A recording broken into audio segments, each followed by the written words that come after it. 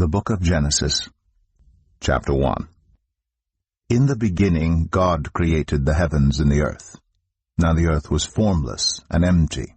Darkness was over the surface of the deep, and the Spirit of God was hovering over the waters. And God said, "Let there be light." And there was light. God saw that the light was good, and he separated the light from the darkness. God called the light day, and the darkness he called night. And there was evening, and there was morning, the first day. And God said, "Let there be a vault between the waters to separate water from water." So God made the vault, and separated the water under the vault from the water above it. And it was so. God called the vault sky. And there was evening, and there was morning, the second day.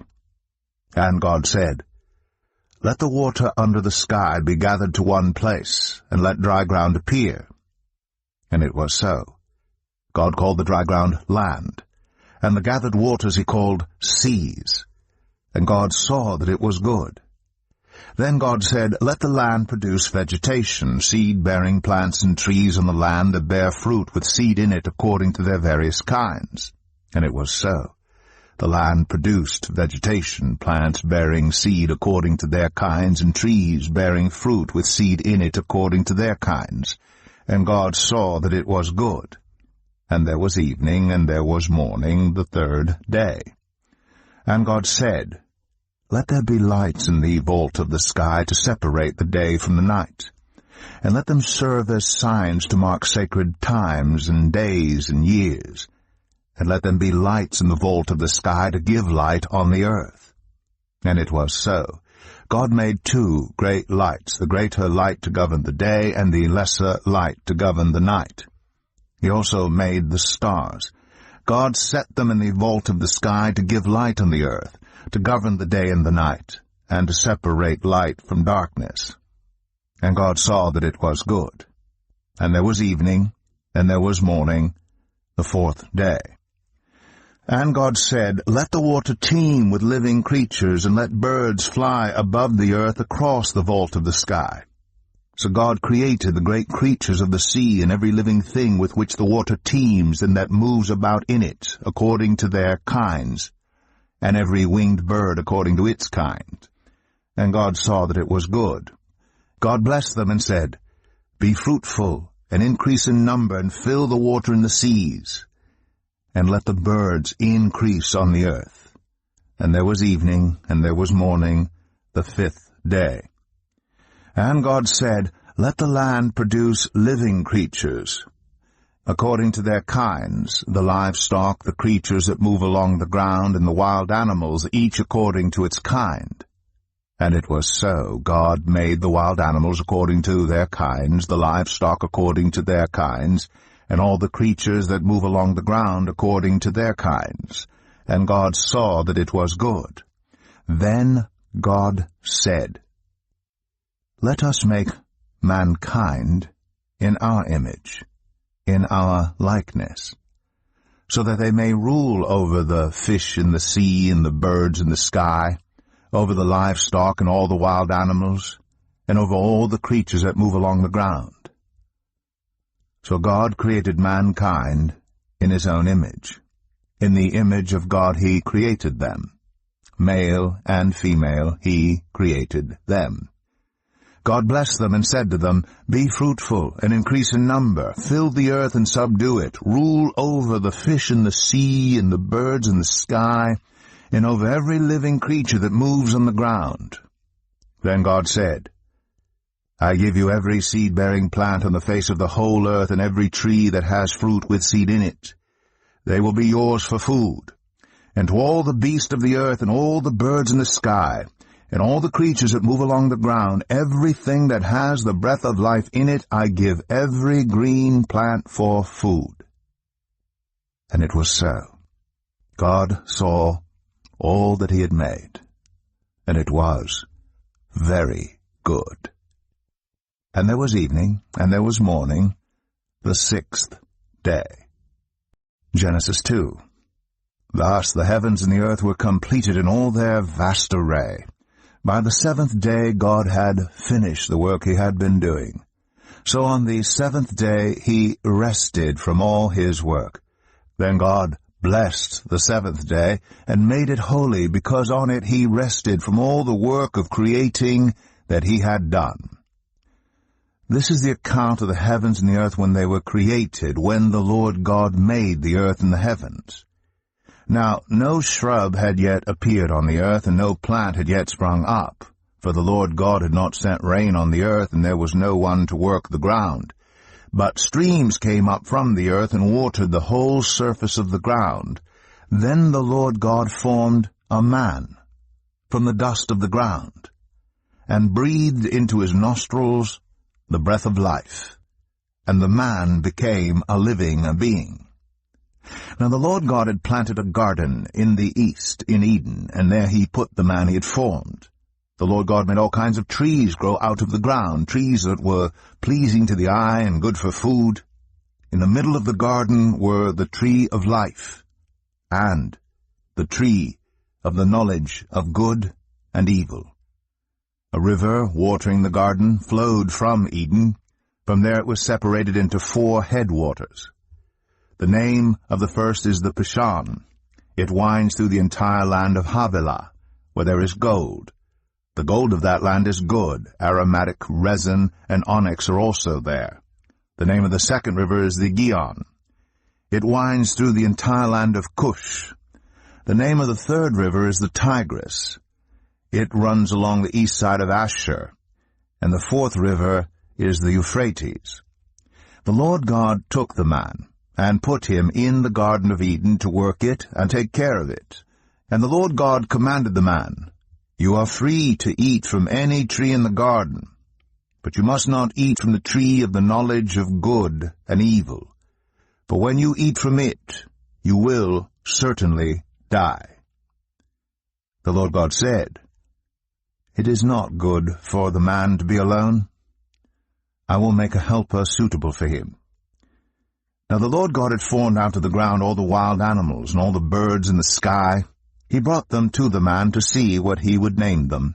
And whatever the man called each living creature, that was its name. So the man gave names to all the livestock, the birds in the sky, and all the wild animals. But for Adam no suitable helper was found. So the Lord God caused the man to fall into a deep sleep, and while he was sleeping he took one of the man's ribs and then closed up the place with flesh. Then the Lord God made a woman from the rib he had taken out of the man, and he brought her to the man. The man said, "This is now bone of my bones and flesh of my flesh. She shall be called woman, for she was taken out of man." That is why a man leaves his father and mother and is united to his wife, and they become one flesh. Adam and his wife were both naked, and they felt no shame. Genesis 3. Now the serpent was more crafty than any of the wild animals the Lord God had made.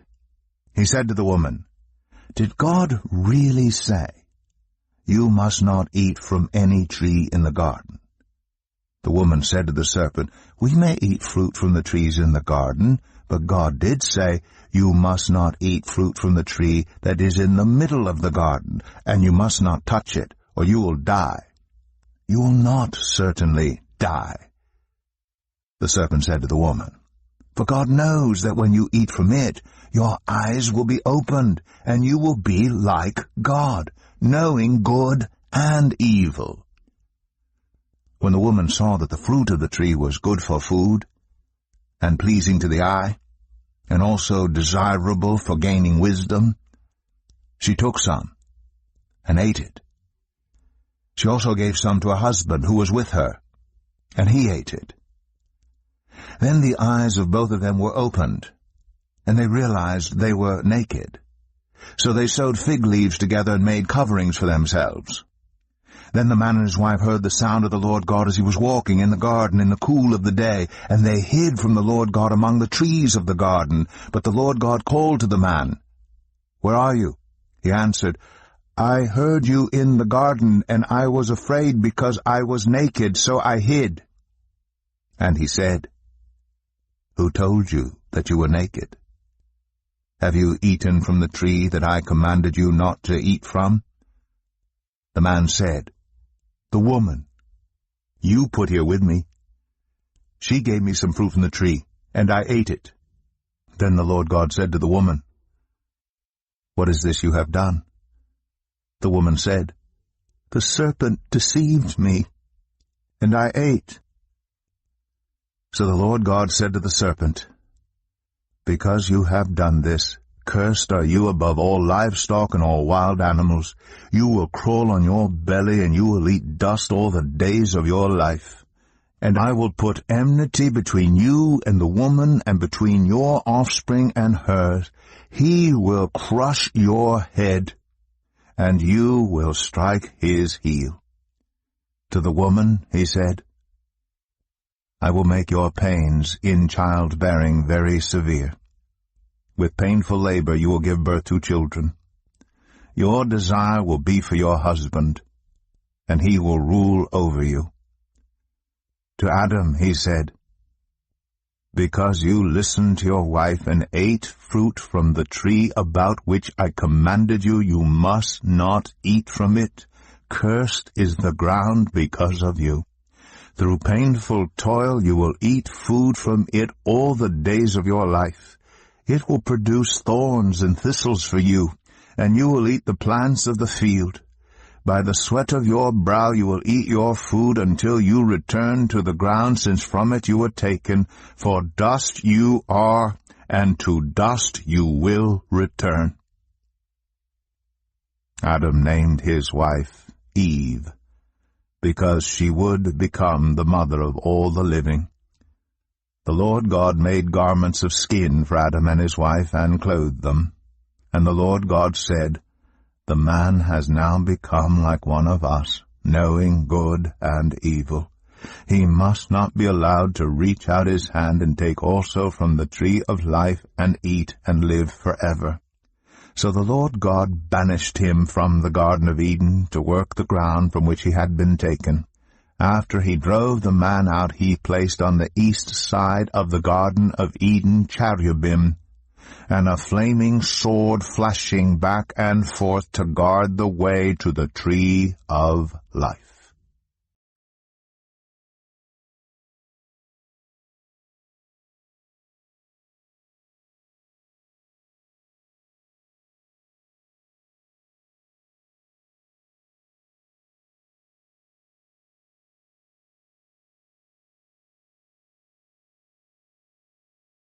Genesis 4. Adam made love to his wife Eve, and she became pregnant and gave birth to Cain. She said, "With the help of the Lord I have brought forth a man." Later she gave birth to his brother Abel. Now Abel kept flocks, and Cain worked the soil. In the course of time Cain brought some of the fruits of the soil as an offering to the Lord. And Abel also brought an offering, fat portions from some of the firstborn of his flock. The Lord looked with favor on Abel and his offering, but on Cain and his offering he did not look with favor. So Cain was very angry, and his face was downcast.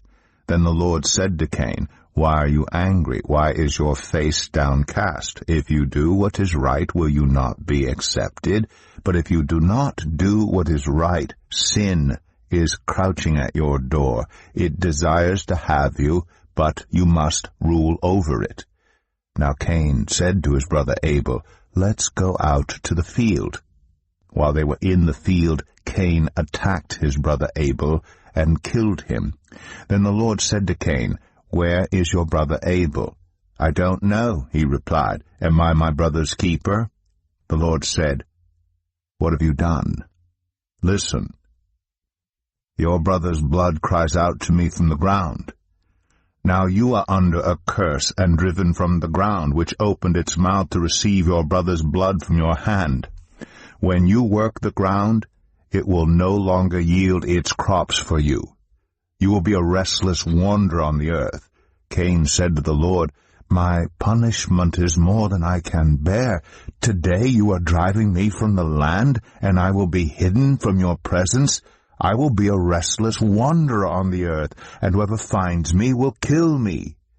But the Lord said to him, Not so. Anyone who kills Cain will suffer vengeance 7 times over. Then the Lord put a mark on Cain so that no one who found him would kill him. So Cain went out from the Lord's presence and lived in the land of Nod, east of Eden. Cain made love to his wife, and she became pregnant and gave birth to Enoch. Cain was then building a city, and he named it after his son Enoch. To Enoch was born Irad, and Irad was the father of Mehujael, and Mehujael was the father of Methushael, and Methushael was the father of Lamech. Lamech married 2 women, one named Adah and the other Zillah. Adah gave birth to Jabal. He was the father of those who live in tents and raise livestock.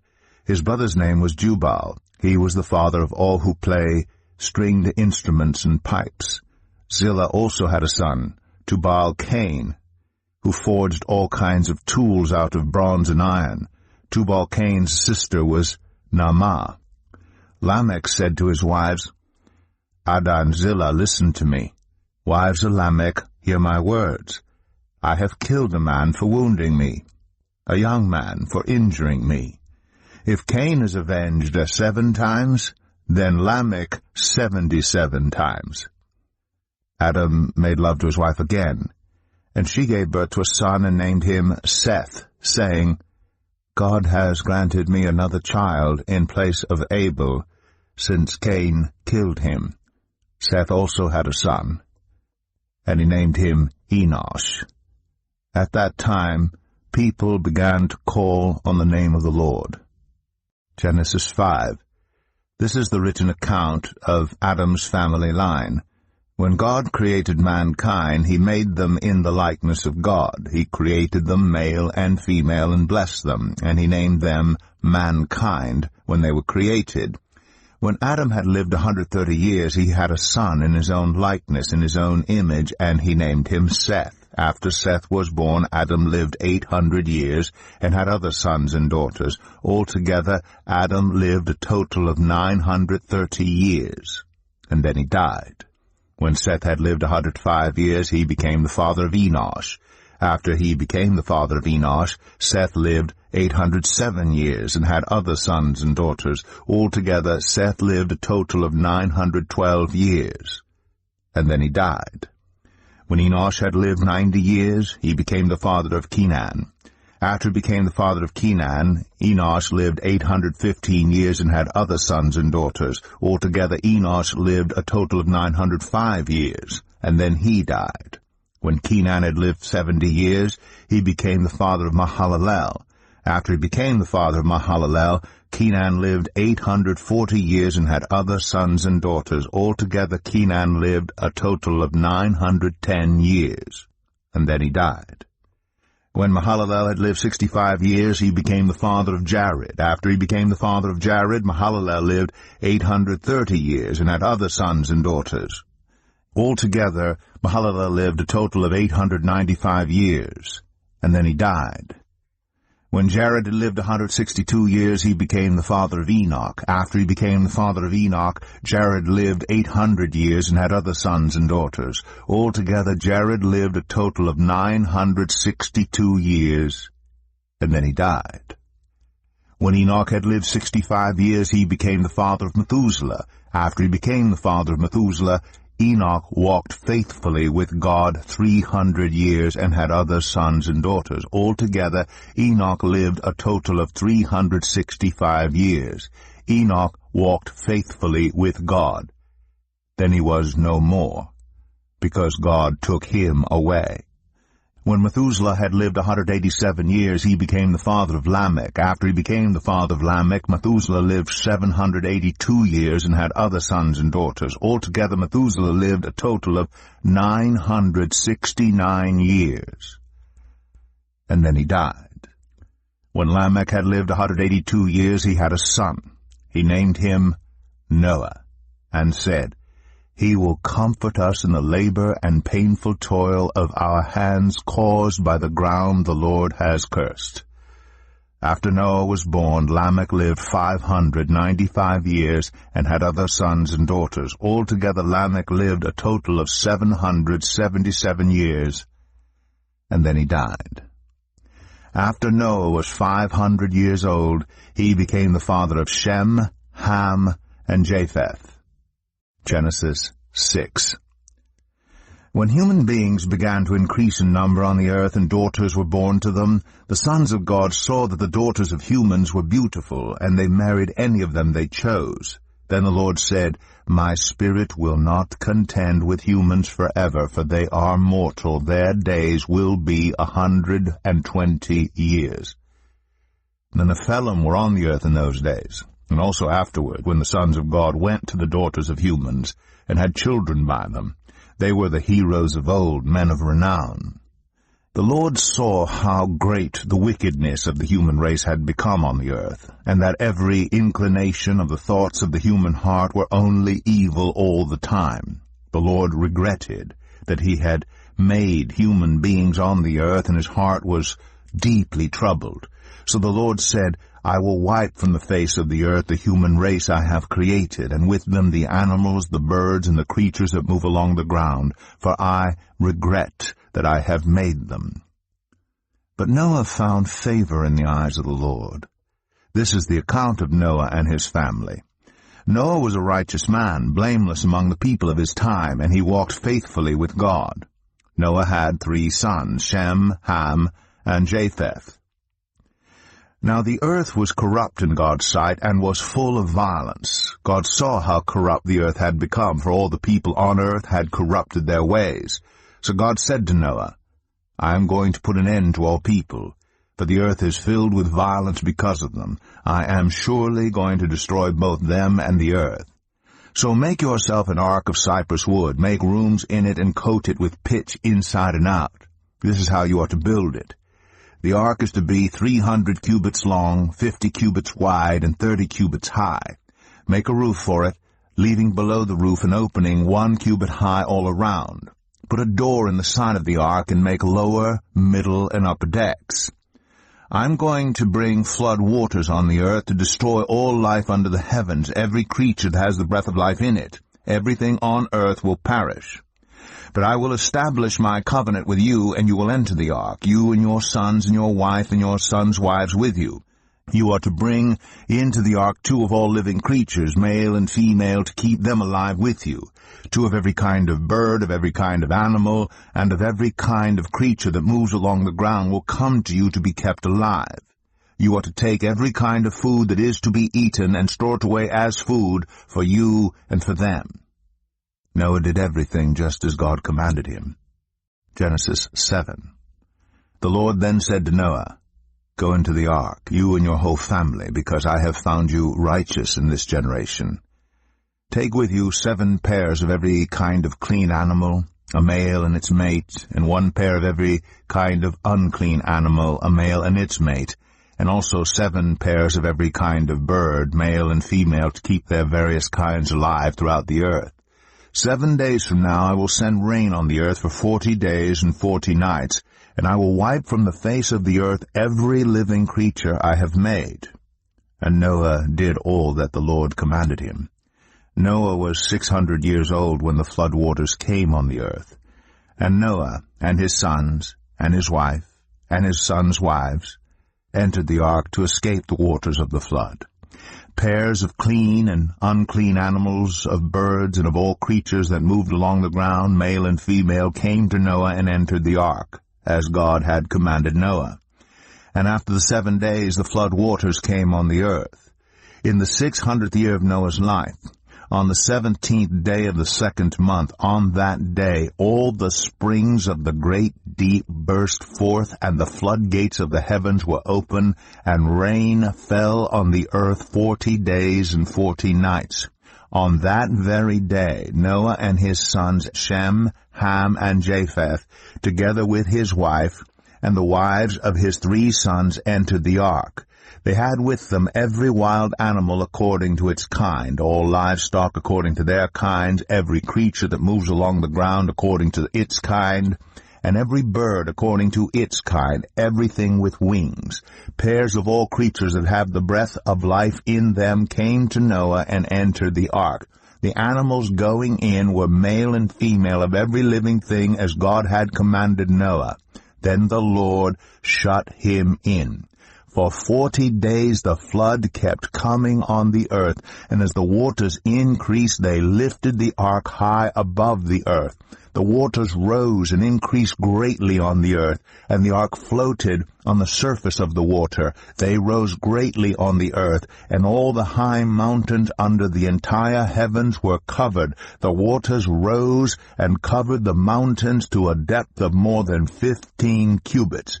Every living thing that moved on land perished, birds, livestock, wild animals, all the creatures that swarm over the earth, and all mankind. Everything on dry land that had the breath of life in its nostrils died. Every living thing on the face of the earth was wiped out, people and animals, and the creatures that move along the ground, and the birds were wiped from the earth. Only Noah was left, and those with him in the ark. The waters flooded the earth for 150 days. Genesis 8. But God remembered Noah, and all the wild animals and the livestock that were with him in the ark, and he sent a wind over the earth, and the waters receded.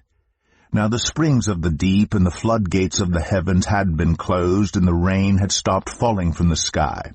The water receded steadily from the earth. At the end of the 150 days the water had gone down, and on the 17th day of the 7th month the ark came to rest on the mountains of Ararat. The waters continued to recede until the 10th month, and on the first day of the 10th month the tops of the mountains became visible. After 40 days Noah opened a window he had made in the ark and sent out a raven, and it kept flying back and forth until the water had dried up from the earth. Then he sent out a dove to see if the water had receded from the surface of the ground. But the dove could find nowhere to perch because there was water over all the surface of the earth, so it returned to Noah in the ark. He reached out his hand and took the dove and brought it back to himself in the ark. He waited 7 more days and again sent out the dove from the ark. When the dove returned to him in the evening, there in its beak was a freshly plucked olive leaf. Then Noah knew that the water had receded from the earth. He waited 7 more days and sent the dove out again, but this time it did not return to him. By the first day of the 1st month of Noah's 601st year, the water had dried up from the earth. Noah then removed the covering from the ark and saw that the surface of the ground was dry. By the 27th day of the 2nd month the earth was completely dry. Then God said to Noah, "Come out of the ark, you and your wife and your sons and their wives. Bring out every kind of living creature that is with you, the birds, the animals, and all the creatures that move along the ground, so they can multiply on the earth and be fruitful and increase in number on it." So Noah came out, together with his sons and his wife and his sons' wives. All the animals and all the creatures that move along the ground, and all the birds, everything that moves on land came out of the ark, one kind after another. Then Noah built an altar to the Lord, and taking some of all the clean animals and clean birds, he sacrificed burnt offerings on it. The Lord smelled the pleasing aroma, and said in his heart, "Never again will I curse the ground because of humans, even though every inclination of the human heart is evil from childhood, and never again will I destroy all living creatures as I have done. As long as the earth endures, seed time and harvest, cold and heat, summer and winter, day and night will never cease." Genesis 9. Then God blessed Noah and his sons, saying to them, "Be fruitful, and increase in number, and fill the earth. The fear and dread of you will fall on all the beasts of the earth, and all the birds in the sky, on every creature that moves along the ground, and on all the fish in the sea. They are given into your hands. Everything that lives and moves about will be food for you. Just as I gave you the green plants, I now give you everything. But you must not eat meat that has its lifeblood still in it. And for your lifeblood I will surely demand an accounting. I will demand an accounting from every animal, and from each human being too. I will demand an accounting for the life of another human being. Whoever sheds human blood, by humans shall their blood be shed, for in the image of God has God made mankind.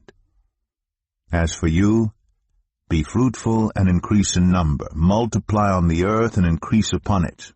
Then God said to Noah and to his sons with him, I now establish my covenant with you and with your descendants after you, and with every living creature that was with you, the birds, the livestock, and all the wild animals, all those that came out of the ark with you, every living creature on earth. I establish my covenant with you.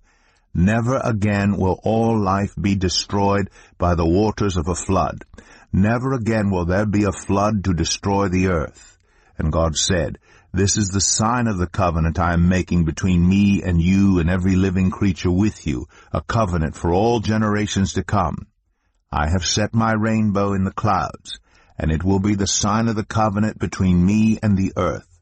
Whenever I bring clouds over the earth, and the rainbow appears in the clouds, I will remember my covenant between me and you and all living creatures of every kind. Never again will the waters become a flood to destroy all life. Whenever the rainbow appears in the clouds, I will see it and remember the everlasting covenant between God and all living creatures of every kind on the earth. So God said to Noah, This is the sign of the covenant I have established between me and all life on the earth. The sons of Noah who came out of the ark were Shem, Ham, and Japheth. Ham was the father of Canaan. These were the 3 sons of Noah, and from them came the people who were scattered over the whole earth. Noah, a man of the soil, proceeded to plant a vineyard. When he drank some of its wine, he became drunk and lay uncovered inside his tent. Ham, the father of Canaan, saw his father naked and told his 2 brothers outside. But Shem and Japheth took a garment and laid it across their shoulders. Then they walked in backward and covered their father's naked body. Their faces were turned the other way so that they would not see their father naked. When Noah awoke from his wine and found out what his youngest son had done to him, he said, Cursed be Canaan. The lowest of slaves will he be to his brothers. He also said, Praise be to the Lord, the God of Shem. May Canaan be the slave of Shem. May God extend Japheth's territory. May Japheth live in the tents of Shem, and may Canaan be the slave of Japheth. After the flood, Noah lived 350 years. Noah lived a total of 950 years. And then he died. Genesis 10. This is the account of Shem, Ham, and Japheth, Noah's sons, who themselves had sons after the flood. The sons of Japheth, Gomer, Magog, Madai, Javan, Tubal, Meshech, and Tiras. The sons of Gomer, Ashkenaz, Riphath, and Togarmah. The sons of Javan, Elisha, Tarshish, the Kittites, and the Rodanites. From these the maritime people spread out into their territories by their clans within their nations, each with its own language. The sons of Ham, Cush, Egypt, Put, and Canaan. The sons of Cush, Seba, Havilah, Sabta, Ramah, and Sabteka. The sons of Ramah, Sheba, and Dedan. Cush was the father of Nimrod, who became a mighty warrior on the earth. He was a mighty hunter before the Lord. That is why it is said, like Nimrod, a mighty hunter before the Lord. The first centers of his kingdom were Babylon, Uruk, Akkad, and Calneh in Shinar. From that land he went to Assyria, where he built Nineveh, Rehoboth, Ir, Calah, and Resen, which is between Nineveh and Calah, which is the great city. Egypt was the father of the Ludites, the Anamites, Lehabites, Naphtuhites, Pathrasites, Caslahites, from whom the Philistines came, and Caphtorites. Canaan was the father of Sidon, his firstborn, and of the Hittites, Jebusites, Amorites, Girgashites, Hivites, Archites, Sinites, Arvadites, Zemarites, and Hamathites. Later the Canaanite clans scattered, and the borders of Canaan reached from Sidon toward Gerar as far as Gaza, and then toward Sodom, Gomorrah, Admah, and Zeboim as far as Lasha. These are the sons of Ham by their clans and languages in their territories and nations. Sons were also born to Shem, whose older brother was Japheth. Shem was the ancestor of all the sons of Eber. The sons of Shem, Elam, Ashur, Arphaxad, Lud, and Aram. The sons of Aram, Uz, Hul, Gether, and Meshech. Arphaxad was the father of Shelah, and Shelah the father of Eber.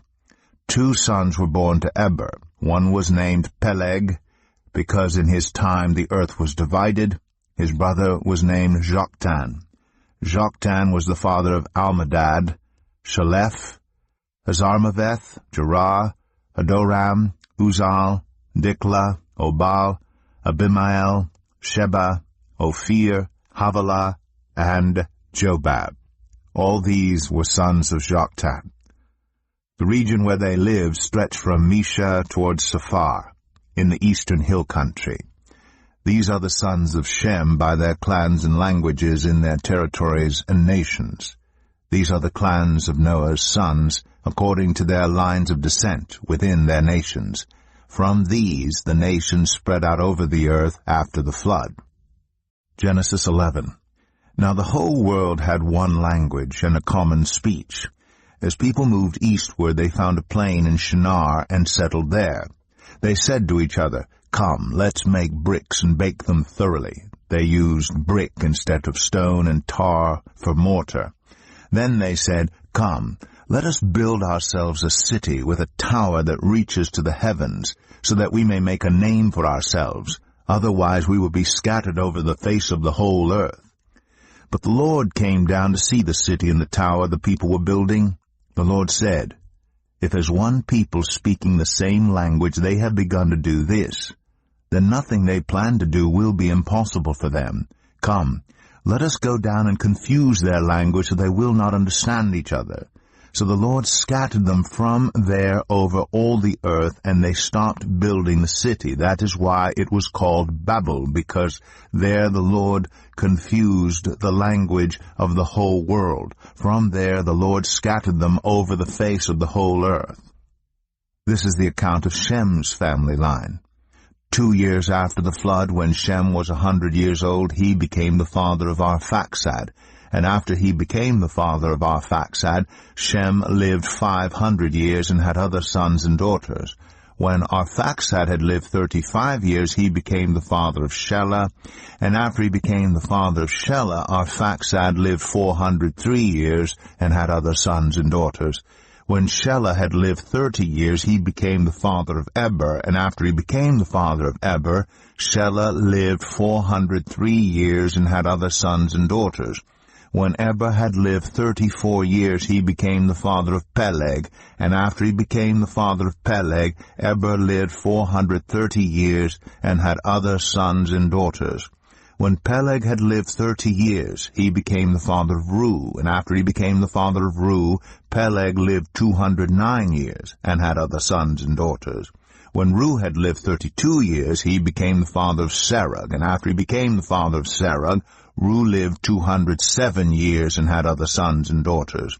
When Serug had lived 30 years, he became the father of Nahor. And after he became the father of Nahor, Serug lived 200 years and had other sons and daughters. When Nahor had lived 29 years, he became the father of Terah. And after he became the father of Terah, Nahor lived 119 years and had other sons and daughters. After Terah had lived 70 years, he became the father of Abram, Nahor, and Haran. This is the account of Terah's family line. Terah became the father of Abram, Nahor, and Haran became the father of Lot.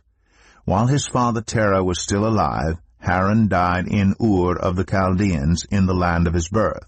Abram and Nahor both married. The name of Abram's wife was Sarai, and the name of Nahor's wife was Milcah. She was the daughter of Haran, the father of both Milcah and Iscah. Now Sarai was childless, because she was not able to conceive. Terah took his son Abram, his grandson Lot, son of Haran, and his daughter-in-law Sarai, the wife of his son Abram, and together they set out from Ur of the Chaldeans to go to Canaan. But when they came to Haran, they settled there. Terah lived 205 years, and he died in Haran. Genesis 12. The Lord had said to Abram, "Go from your country, your people, and your father's household, to the land I will show you. I will make you into a great nation, and I will bless you. I will make your name great, and you will be a blessing. I will bless those who bless you, and whoever curses you I will curse. And all peoples on earth will be blessed through you." So Abram went, as the Lord had told him, and Lot went with him. Abram was 75 years old when he set out from Haran. He took his wife Sarai, his nephew Lot, all the possessions they had accumulated, and the people they had acquired in Haran, and they set out for the land of Canaan, and they arrived there. Abram traveled through the land as far as the site of the great tree of Moreh at Shechem. At that time the Canaanites were in the land. The Lord appeared to Abram and said, "To your offspring I will give this land." So he built an altar there to the Lord who had appeared to him. From there he went on toward the hills east of Bethel, and pitched his tent with Bethel on the west and Ai on the east. There he built an altar to the Lord, and called on the name of the Lord.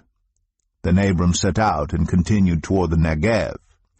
Now there was a famine in the land, and Abram went down to Egypt to live there for a while, because the famine was severe.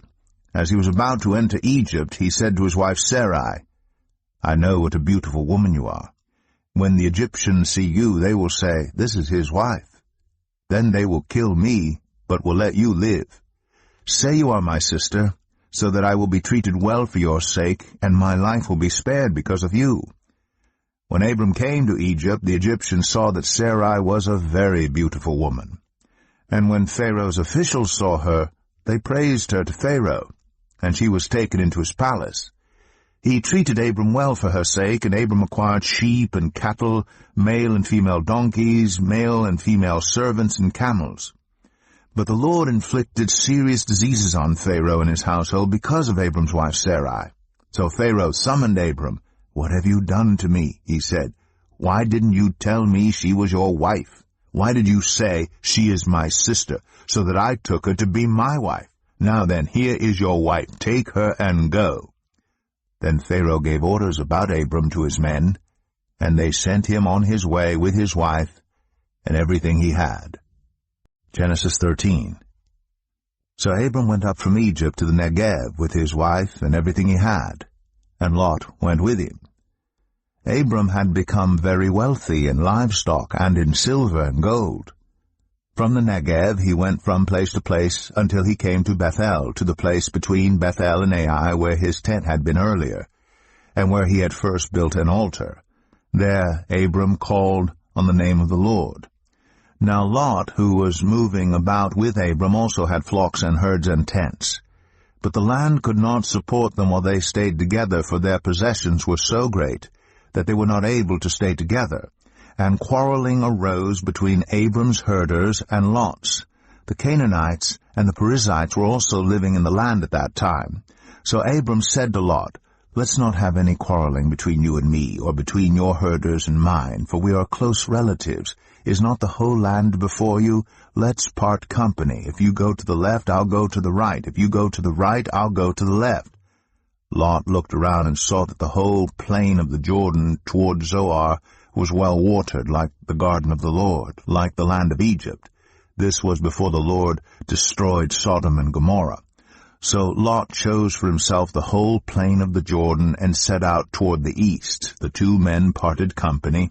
Abram lived in the land of Canaan, while Lot lived among the cities of the plain, and pitched his tents near Sodom. Now the people of Sodom were wicked, and were sinning greatly against the Lord. The Lord said to Abram after Lot had parted from him, Look around from where you are, to the north and south, to the east and west. All the land that you see, I will give to you and your offspring forever. I will make your offspring like the dust of the earth, so that if anyone could count the dust, then your offspring could be counted. Go, walk through the length and breadth of the land, for I am giving it to you. So Abram went to live near the great trees of Mamre at Hebron, where he pitched his tents. There he built an altar to the Lord. Genesis 14. At the time when Amraphel was king of Shinar, Arioch king of Elasar, Chedorlaomer king of Elam, and Tidal king of Goyim, these kings went to war against Bera king of Sodom, Birsha king of Gomorrah, Shinab king of Admah, Shemaber king of Zeboim, and the king of Bela, that is, Zoar. All these latter kings joined forces in the valley of Siddim, that is, the Dead Sea Valley. For 12 years they had been subject to Chedorlaomer, but in the 13th year they rebelled. In the 14th year, Chedorlaomer and the kings allied with him went out and defeated the Rephaites in Ashtoreth Karnaim, the Zuzites in Ham, the Emites in Shaveh Kiriathaim, and the Horites in the hill country of Seir, as far as El Paran near the desert. Then they turned back and went to En-Mishpat, that is Kadesh, and they conquered the whole territory of the Amalekites, as well as the Amorites who were living in Hazazon Tamar. Then the king of Sodom, the king of Gomorrah, the king of Admah, the king of Zeboim, and the king of Bela, that is Zoar, marched out and drew up their battle lines in the valley of Siddim against Chedorlaomer, king of Elam, Tidal, king of Goyim, Amraphel, king of Shinar, and Arioch, king of Elasar, 4 kings against 5. Now the valley of Siddim was full of tar pits, and when the kings of Sodom and Gomorrah fled, some of the men fell into them, and the rest fled to the hills. The 4 kings seized all the goods of Sodom and Gomorrah and all their food. Then they went away. They also carried off Abram's nephew Lot and his possessions, since he was living in Sodom. A man who had escaped came and reported this to Abram the Hebrew. Now Abram was living near the great trees of Mamre, the Amorite, a brother of Eshcol, and Aner, all of whom were allied with Abram. When Abram heard that his relative had been taken captive, he called out the 318 trained men born in his household and went in pursuit as far as Dan. During the night, Abram divided his men to attack them, and he routed them, pursuing them as far as Hobah, north of Damascus. He recovered all the goods and brought back his relative Lot and his possessions, together with the women and the other people. After Abram returned from defeating Chedorlaomer and the kings allied with him, the king of Sodom came out to meet him in the valley of Shaveh, that is, the king's valley. Then Melchizedek, king of Salem, brought out bread and wine. He was priest of God Most High. And he blessed Abram, saying, Blessed be Abram by God Most High, Creator of heaven and earth. And praise be to God Most High, who delivered your enemies into your hand. Then Abram gave him 1/10 of everything. The king of Sodom said to Abram, Give me the people and keep the goods for yourself. But Abram said to the king of Sodom, with raised hand, I have sworn an oath to the Lord, God Most High, Creator of heaven and earth, that I will accept nothing belonging to you, not even a thread or the strap of a sandal, so that you will never be able to say, I made Abram rich. I will accept nothing but what my men have eaten, and the share that belongs to the men who went with me, to Aner, Eshcol, and Mamre. Let them have their share. Genesis 15. After this, the word of the Lord came to Abram in a vision. Do not be afraid, Abram. I am your shield, your very great reward. But Abram said, Sovereign Lord, what can you give me since I remain childless? And the one who will inherit my estate is Eliezer of Damascus. And Abram said, You have given me no children, so a servant in my household will be my heir. Then the word of the Lord came to him, This man will not be your heir, but a son, who is your own flesh and blood, will be your heir. He took him outside and said, Look up at the sky and count the stars, if indeed you can count them. Then he said to him, So shall your offspring be. Abram believed the Lord, and he credited it to him as righteousness. He also said to him, I am the Lord, who brought you out of Ur of the Chaldeans to give you this land to take possession of it. But Abram said, Sovereign Lord, how can I know that I will gain possession of it? So the Lord said to him, Bring me a heifer, a goat, and a ram, each 3 years old, along with a dove and a young pigeon. Abram brought all these to him, cut them in two, and arranged the halves opposite each other. The birds, however, he did not cut in half. Then birds of prey came down on the carcasses, but Abram drove them away.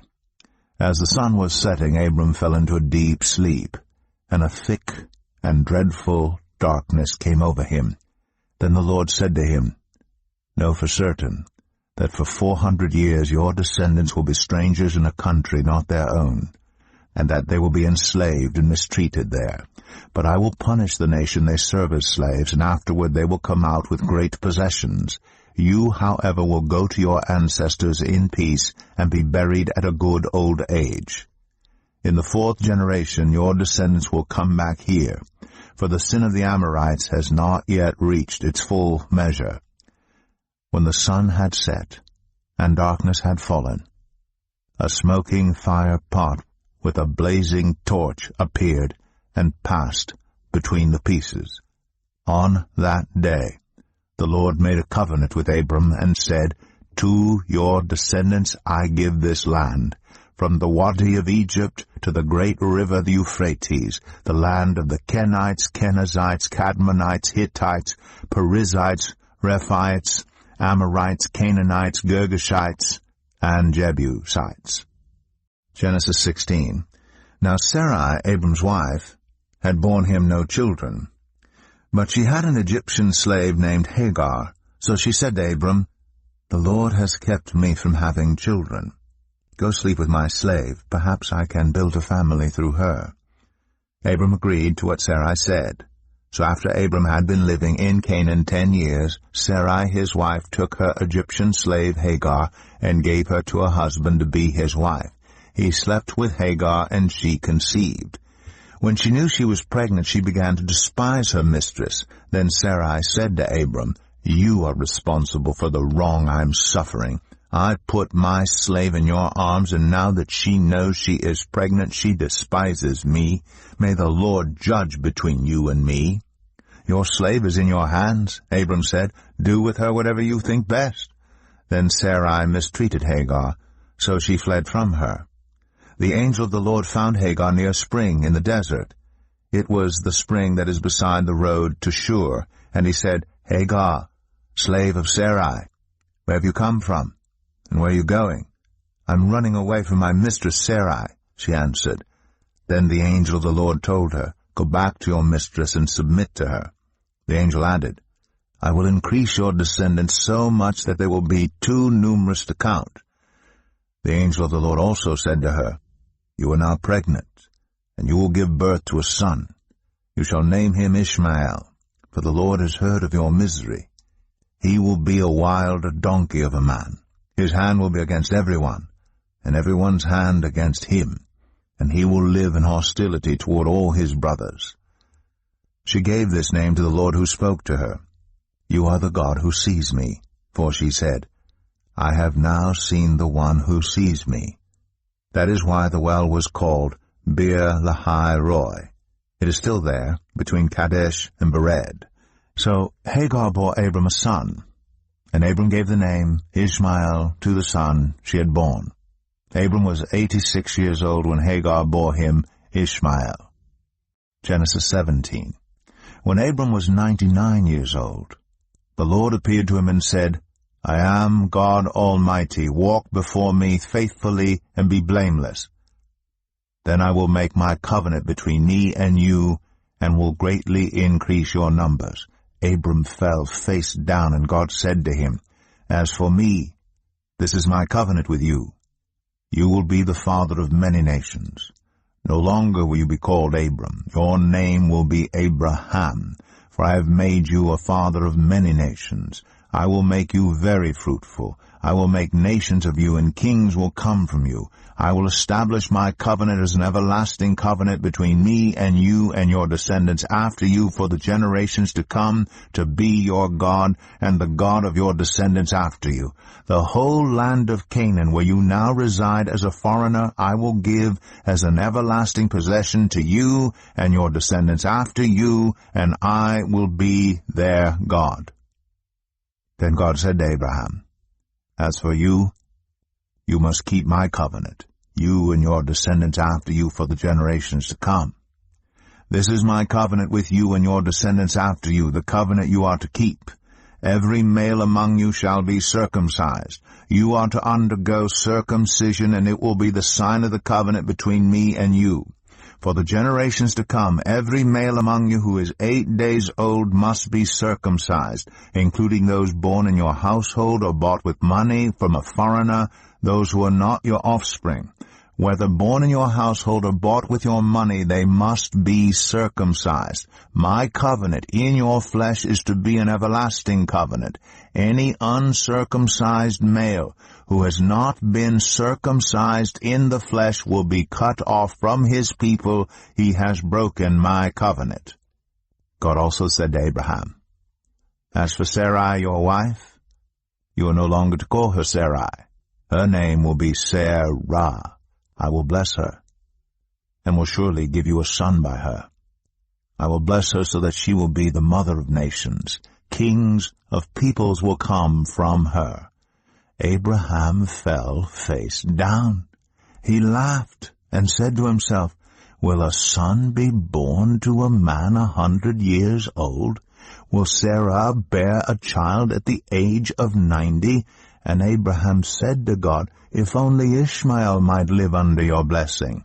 Then God said, Yes, but your wife Sarah will bear you a son, and you will call him Isaac. I will establish my covenant with him as an everlasting covenant for his descendants after him. And as for Ishmael, I have heard you. I will surely bless him. I will make him fruitful and will greatly increase his numbers. He will be the father of 12 rulers, and I will make him into a great nation. But my covenant I will establish with Isaac, whom Sarah will bear to you by this time next year. When he had finished speaking with Abraham, God went up from him. On that very day, Abraham took his son Ishmael, and all those born in his household or bought with his money, every male in his household, and circumcised them, as God told him. Abraham was 99 years old when he was circumcised, and his son Ishmael was 13. Abraham and his son Ishmael were both circumcised on that very day. And every male in Abraham's household, including those born in his household or bought from a foreigner, was circumcised with him. Genesis 18. The Lord appeared to Abraham near the great trees of Mamre while he was sitting at the entrance to his tent in the heat of the day. Abraham looked up and saw 3 men standing nearby. When he saw them, he hurried from the entrance of his tent to meet them and bowed low to the ground.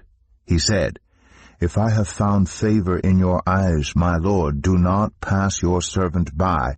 Let a little water be brought, and then you may all wash your feet and rest under this tree. Let me get you something to eat, so you can be refreshed, and then go on your way, now that you have come to your servant."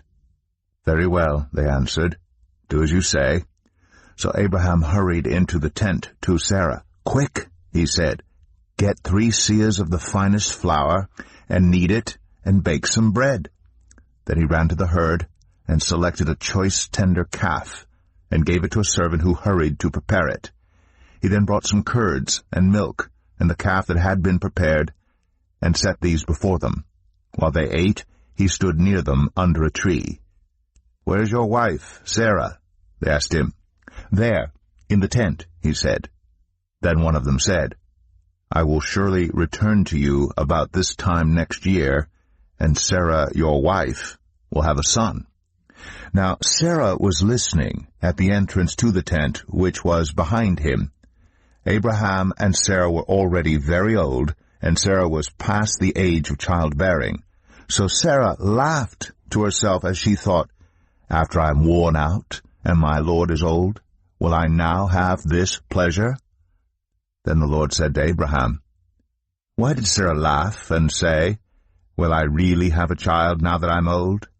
Is anything too hard for the Lord? I will return to you at the appointed time next year, and Sarah will have a son." Sarah was afraid, so she lied and said, "I did not laugh." But he said, "Yes, you did laugh." When the men got up to leave, they looked down toward Sodom, and Abraham walked along with them to see them on their way. Then the Lord said, "Shall I hide from Abraham what I am about to do? Abraham will surely become a great and powerful nation, and all nations on earth will be blessed through him. For I have chosen him so that he will direct his children and his household after him to keep the way of the Lord by doing what is right and just, so that the Lord will bring about for Abraham what he has promised him." Then the Lord said, "The outcry against Sodom and Gomorrah is so great, and their sin so grievous, that I will go down and see if what they have done is as bad as the outcry that has reached me. If not, I will know." The men turned away and went toward Sodom, but Abraham remained standing before the Lord. Then Abraham approached him and said, "Will you sweep away the righteous with the wicked? What if there are 50 righteous people in the city? Will you really sweep it away and not spare the place for the sake of the 50 righteous people in it? Far be it from you to do such a thing, to kill the righteous with the wicked, treating the righteous and the wicked alike. Far be it from you. Will not the judge of all the earth do right?" The Lord said, "If I find 50 righteous people in the city of Sodom, I will spare the whole place for their sake." Then Abraham spoke up again, "Now that I have been so bold as to speak to the Lord, though I am nothing but dust and ashes, what if the number of the righteous is 5 less than 50? Will you destroy the whole city for lack of 5 people? If I find 45 there," he said, "I will not destroy it." Once again he spoke to him, "What if only 40 are found there?" He said, "For the sake of 40, I will not do it." Then he said, "May the Lord not be angry, but let me speak. What if only 30 can be found there?" He answered, "I will not do it if I find 30 there." Abraham said, "Now that I've been so bold as to speak to the Lord, what if only 20 can be found there?" He said, "For the sake of 20 I will not destroy it." Then he said, "May the Lord not be angry, but let me speak just once more. What if only 10 can be found there?" He answered, "For the sake of 10, I will not destroy it." When the Lord had finished speaking with Abraham, he left, and Abraham returned home. Genesis 19.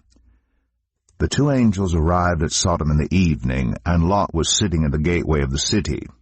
When he saw them, he got up to meet them and bowed down with his face to the ground. "My lords," he said, "Please turn aside to your servant's house. You can wash your feet and spend the night, and then go on your way early in the morning." "No," they answered, "we will spend the night in the square."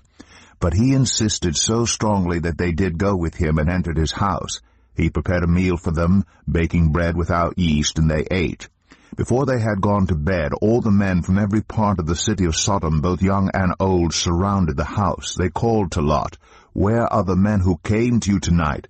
Bring them out to us, so that we can have sex with them." Lot went outside to meet them, and shut the door behind him, and said, "No, my friends, don't do this wicked thing. Look, I have 2 daughters who have never slept with a man. Let me bring them out to you, and you can do what you like with them, but don't do anything to these men, for they have come under the protection of my roof." "Get out of our way," they replied. "This fellow came here as a foreigner, and now he wants to play the judge. We'll treat you worse than them." They kept bringing pressure on Lot and moved forward to break down the door. But the men inside reached out and pulled Lot back into the house and shut the door. Then they struck the men who were at the door of the house, young and old, with blindness, so that they could not find the door. The 2 men said to Lot, "Do you have anyone else here, sons-in-laws, sons or daughters, or anyone else in the city who belongs to you? Get them out of here, because we are going to destroy this place. The outcry to the Lord against its people is so great that he has sent us to destroy it." So Lot went out and spoke to his sons-in-law, who were pledged to marry his daughters. He said, "Hurry and get out of this place, because the Lord is about to destroy the city." But his sons-in-law thought he was joking. With the coming of dawn, the angels urged Lot, saying, "Hurry! Take your wife and your 2 daughters who are here, or you will be swept away when the city is punished." When he hesitated, the men grasped his hand and the hands of his wife and of his 2 daughters, and led them safely out of the city, for the Lord was merciful to them. As soon as they had brought them out, one of them said, "Flee for your lives. Don't look back, and don't stop anywhere in the plain. Flee to the mountains, or you will be swept away." But Lot said to them, "No, my lords, please. Your servant has found favor in your eyes, and you have shown great kindness to me in sparing my life. But I can't flee to the mountains. This disaster will overtake me, and I'll die. Look, here is a town near enough to run to, and it is small. Let me flee to it. It is very small, isn't it? Then my life will be spared." He said to him, "Very well, I will grant this request too. I will not overthrow the town you speak of, but flee there quickly, because I cannot do anything until you reach it." That is why the town was called Zoar. By the time Lot reached Zoar, the sun had risen over the land. Then the Lord rained down burning sulfur on Sodom and Gomorrah from the Lord out of the heavens.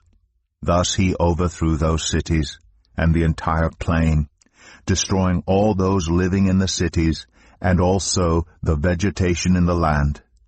But Lot's wife looked back, and she became a pillar of salt.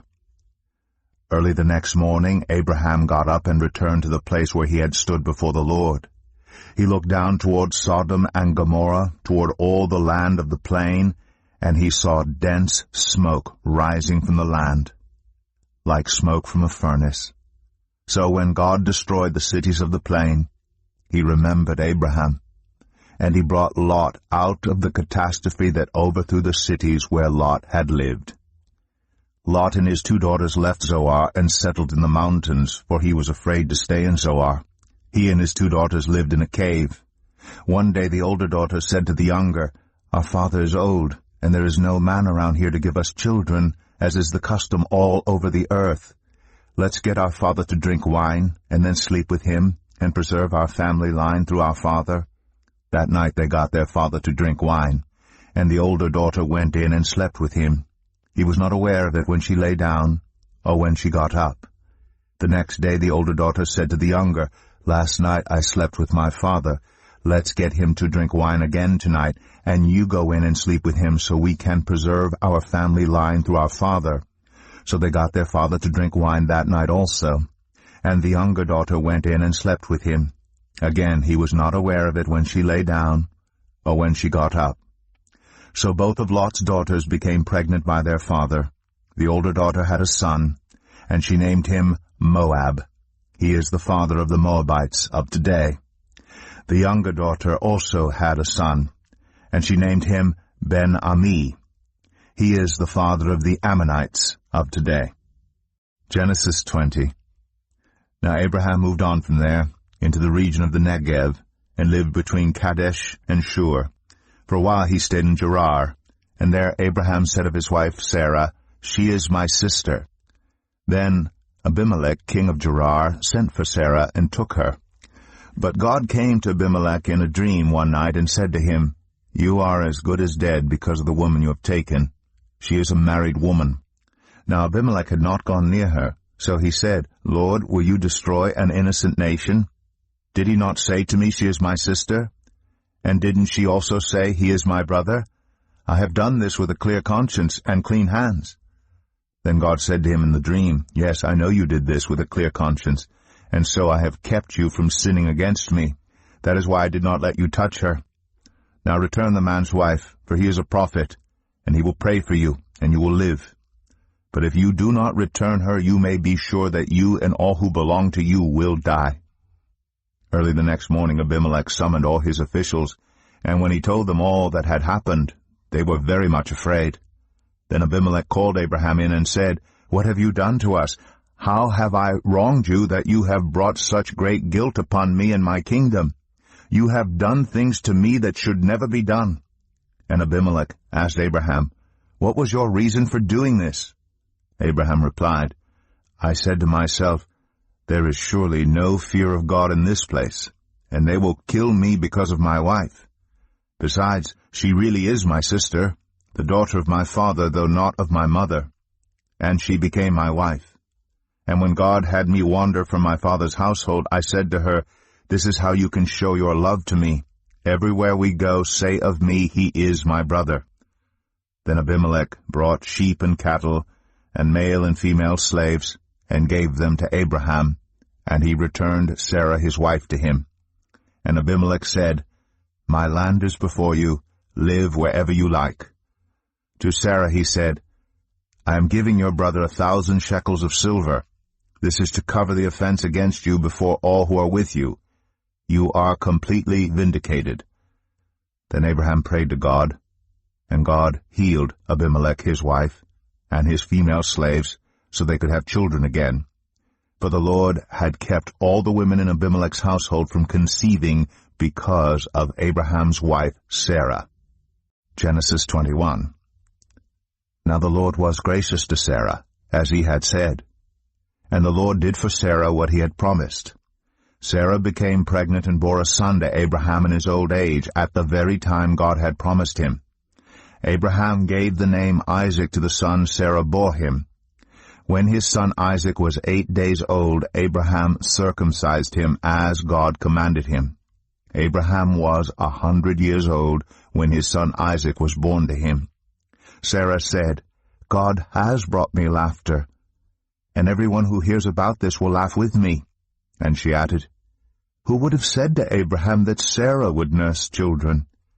Yet I have borne him a son in his old age." The child grew and was weaned. And on the day Isaac was weaned, Abraham held a great feast. But Sarah saw that the son whom Hagar the Egyptian had borne to Abraham was mocking, and she said to Abraham, "Get rid of that slave woman and her son, for that woman's son will never share in the inheritance with my son Isaac." The matter distressed Abraham greatly, because it concerned his son. But God said to him, "Do not be so distressed about the boy and your slave woman. Listen to whatever Sarah tells you, because it is through Isaac that your offspring will be reckoned. I will make the son of the slave into a nation also, because he is your offspring." Early the next morning Abraham took some food and a skin of water and gave them to Hagar. He set them on her shoulders and then sent her off with the boy. She went on her way and wandered in the desert of Beersheba. When the water in the skin was gone, she put the boy under one of the bushes. Then she went off and sat down about a bowshot away, for she thought, "I cannot watch the boy die." And as she sat there, she began to sob. God heard the boy crying, and the angel of God called to Hagar from heaven and said to her, "What is the matter, Hagar? Do not be afraid. God has heard the boy crying as he lies there. Lift the boy up, and take him by the hand, for I will make him into a great nation." Then God opened her eyes, and she saw a well of water. So she went and filled the skin with water, and gave the boy a drink. God was with the boy as he grew up. He lived in the desert and became an archer. While he was living in the desert of Paran, his mother got a wife for him from Egypt. At that time Abimelech and Phicol, the commander of his forces, said to Abraham, "God is with you in everything you do. Now swear to me here before God that you will not deal falsely with me or my children or my descendants. Show to me in the country where you now reside as a foreigner the same kindness I have shown to you." Abraham said, "I swear it." Then Abraham complained to Abimelech about a well of water that Abimelech's servants had seized. But Abimelech said, "I don't know who has done this. You did not tell me, and I heard about it only today."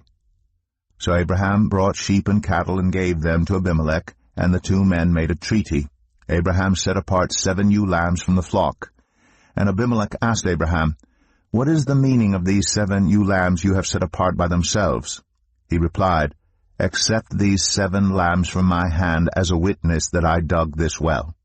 So that place was called Beersheba, because the 2 men swore an oath there.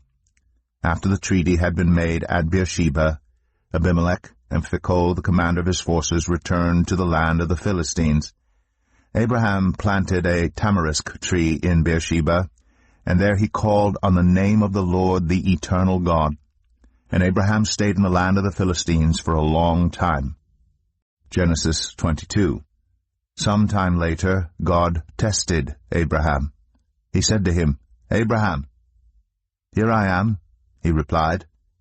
Then God said, "Take your son, your only son, whom you love, Isaac, and go to the region of Moriah.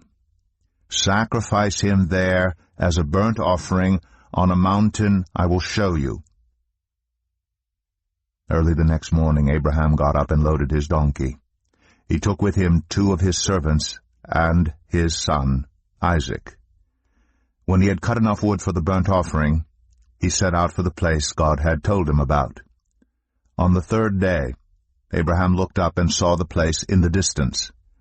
He said to his servants, "Stay here with the donkey, while I and the boy go over there. We will worship, and then we will come back to you."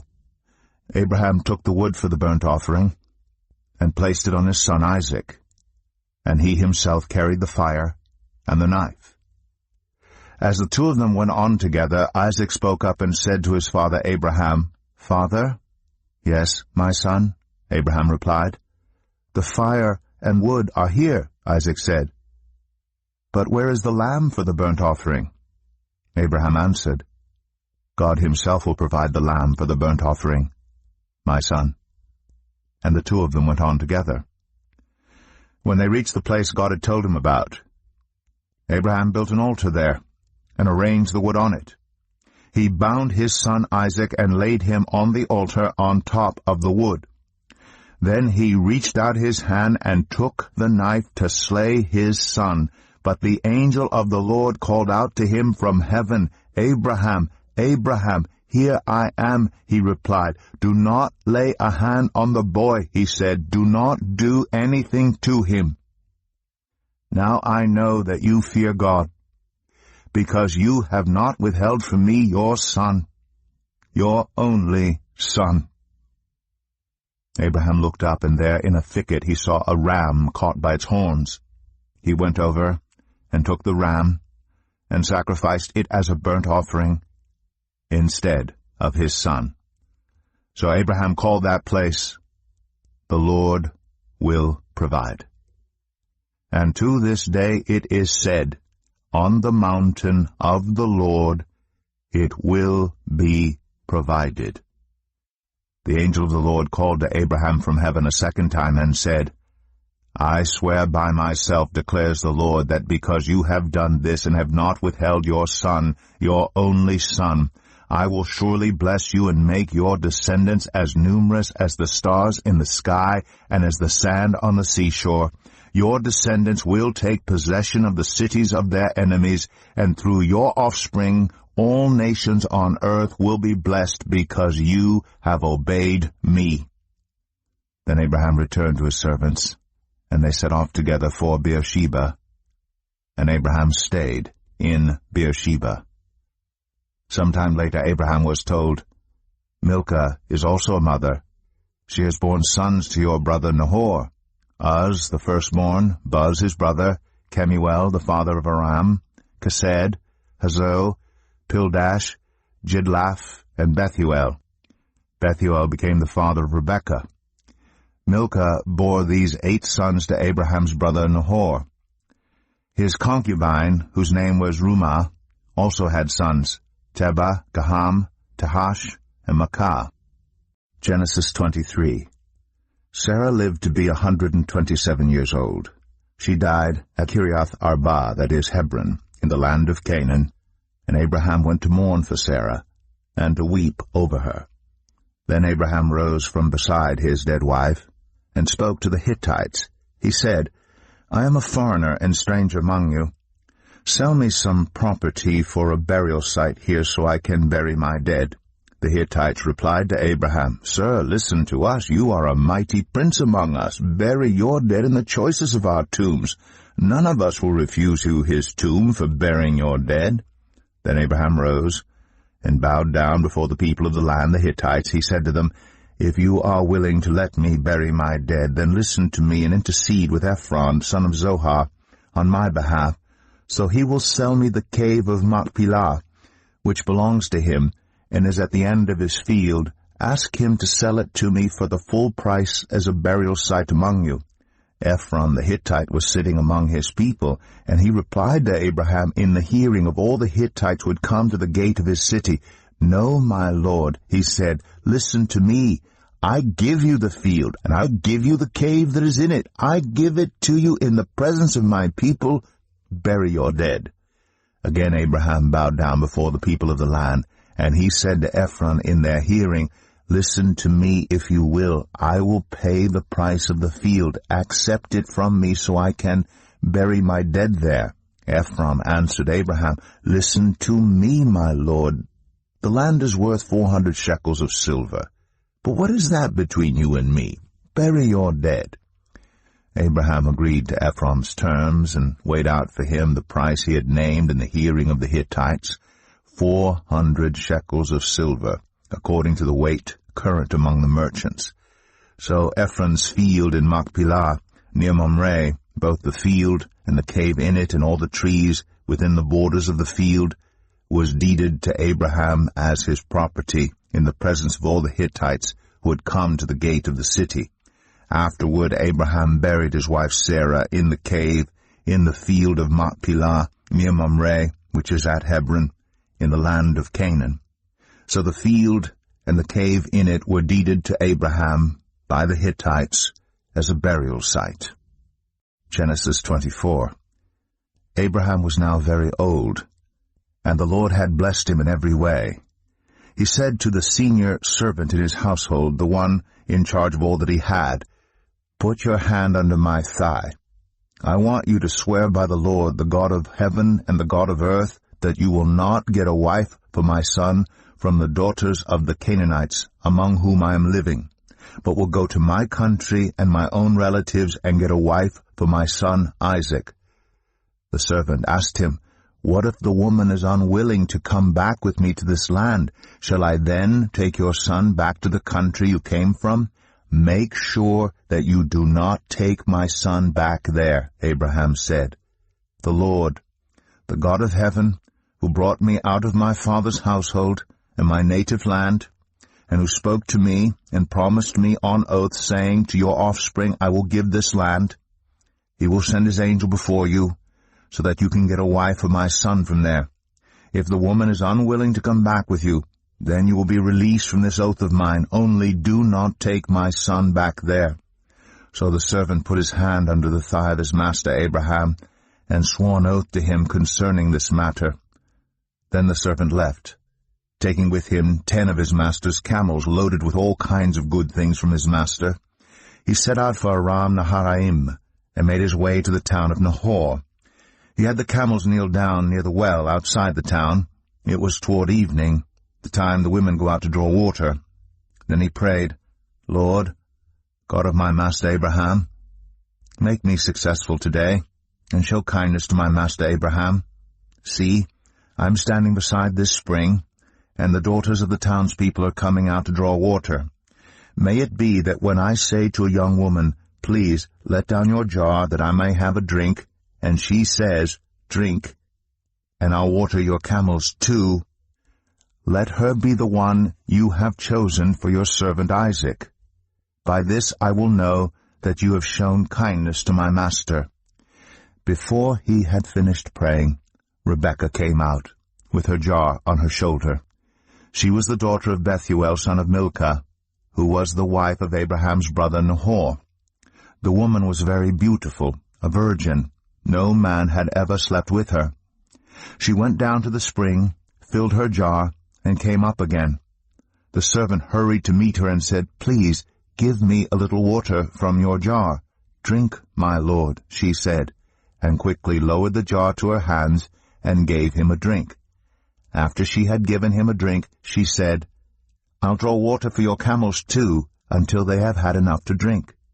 So she quickly emptied her jar into the trough, ran back to the well to draw more water, and drew enough for all his camels. Without saying a word, the man watched her closely to learn whether or not the Lord had made his journey successful. When the camels had finished drinking, the man took out a gold nose ring weighing a beka, and 2 gold bracelets weighing 10 shekels. Then he asked, Whose daughter are you? Please tell me, is there room in your father's house for us to spend the night? She answered him, I am the daughter of Bethuel, the son that Milcah bore to Nahor. And she added, We have plenty of straw and fodder, as well as room for you to spend the night. Then the man bowed down and worshipped the Lord, saying, Praise be to the Lord, the God of my master Abraham, who has not abandoned his kindness and faithfulness to my master. As for me, the Lord has led me on the journey to the house of my master's relatives. The young woman ran and told her mother's household about these things. Now Rebekah had a brother named Laban, and he hurried out to the man at the spring.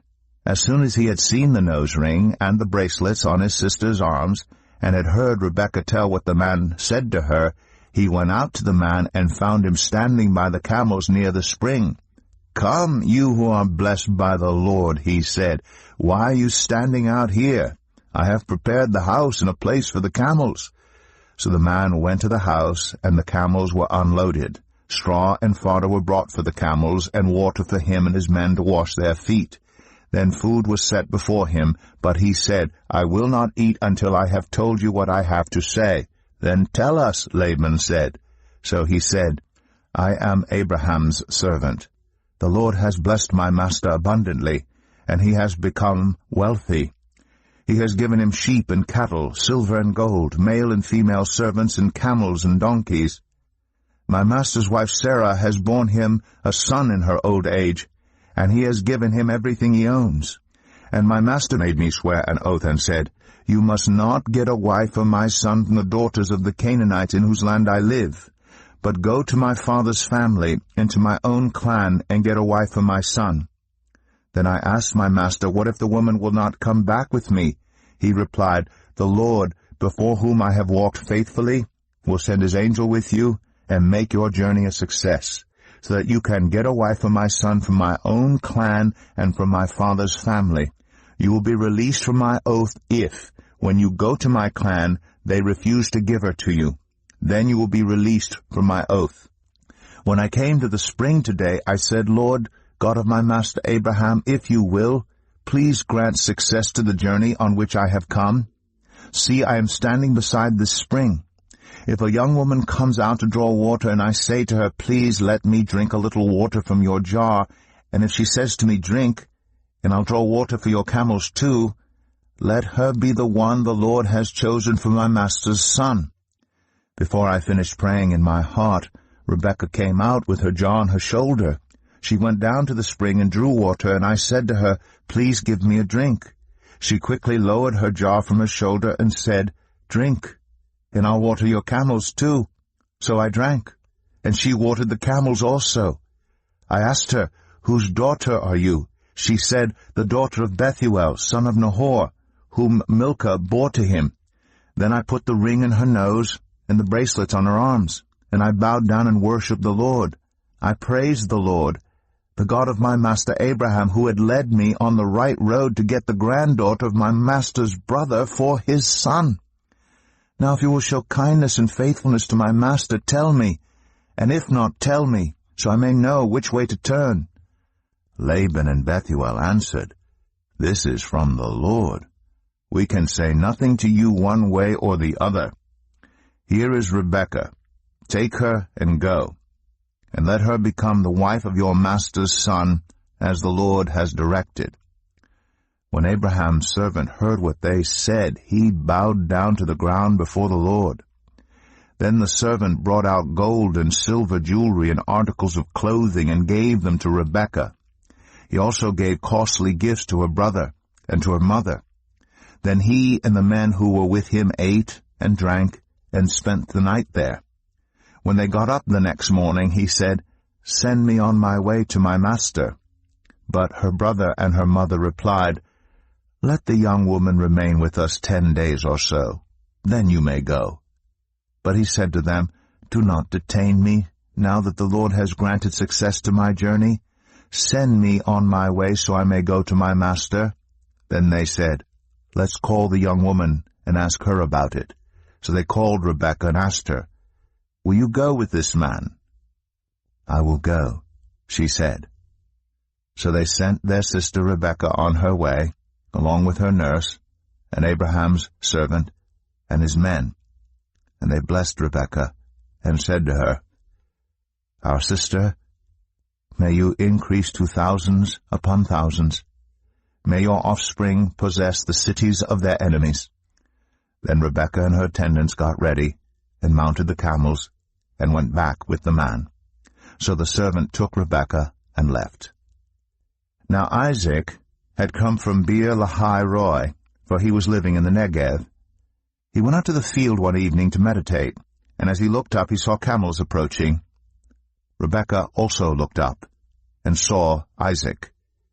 She got down from her camel, and asked the servant, "Who is that man in the field coming to meet us?"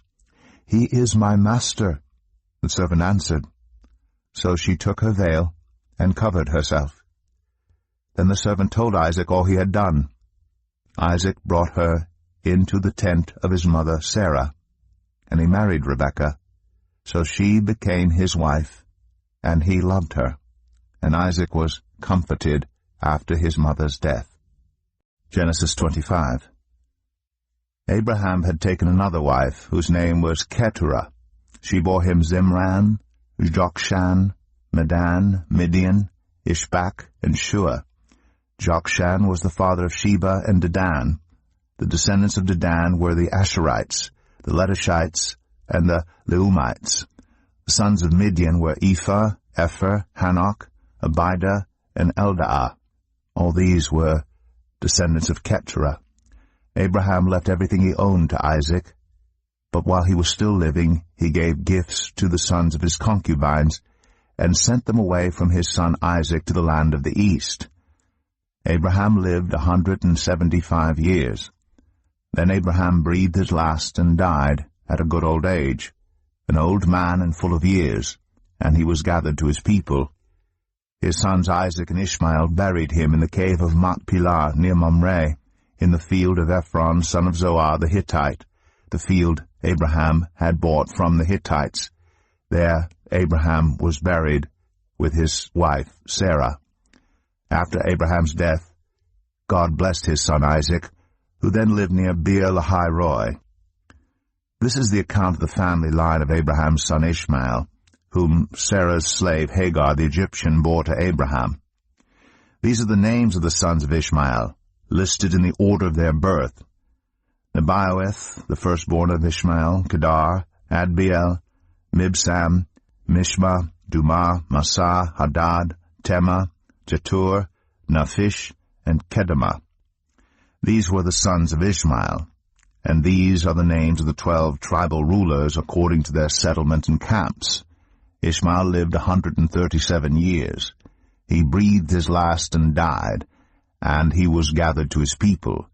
His descendants settled in the area from Havilah to Shur, near the eastern border of Egypt, as you go toward Ashur, and they lived in hostility toward all the tribes related to them. This is the account of the family line of Abraham's son Isaac. Abraham became the father of Isaac, and Isaac was 40 years old when he married Rebekah, daughter of Bethuel, the Aramean from Padan Aram, and sister of Laban the Aramean. Isaac prayed to the Lord on behalf of his wife because she was childless. The Lord answered his prayer, and his wife Rebekah became pregnant. The babies jostled each other within her, and she said, "Why is this happening to me?" So she went to inquire of the Lord. The Lord said to her, "2 nations are in your womb, and 2 peoples from within you will be separated. One people will be stronger than the other, and the older will serve the younger." When the time came for her to give birth, there were twin boys in her womb. The first to come out was red, and his whole body was like a hairy garment. So they named him Esau. After this his brother came out, with his hand grasping Esau's heel. So he was named Jacob. Isaac was 60 years old when Rebekah gave birth to them.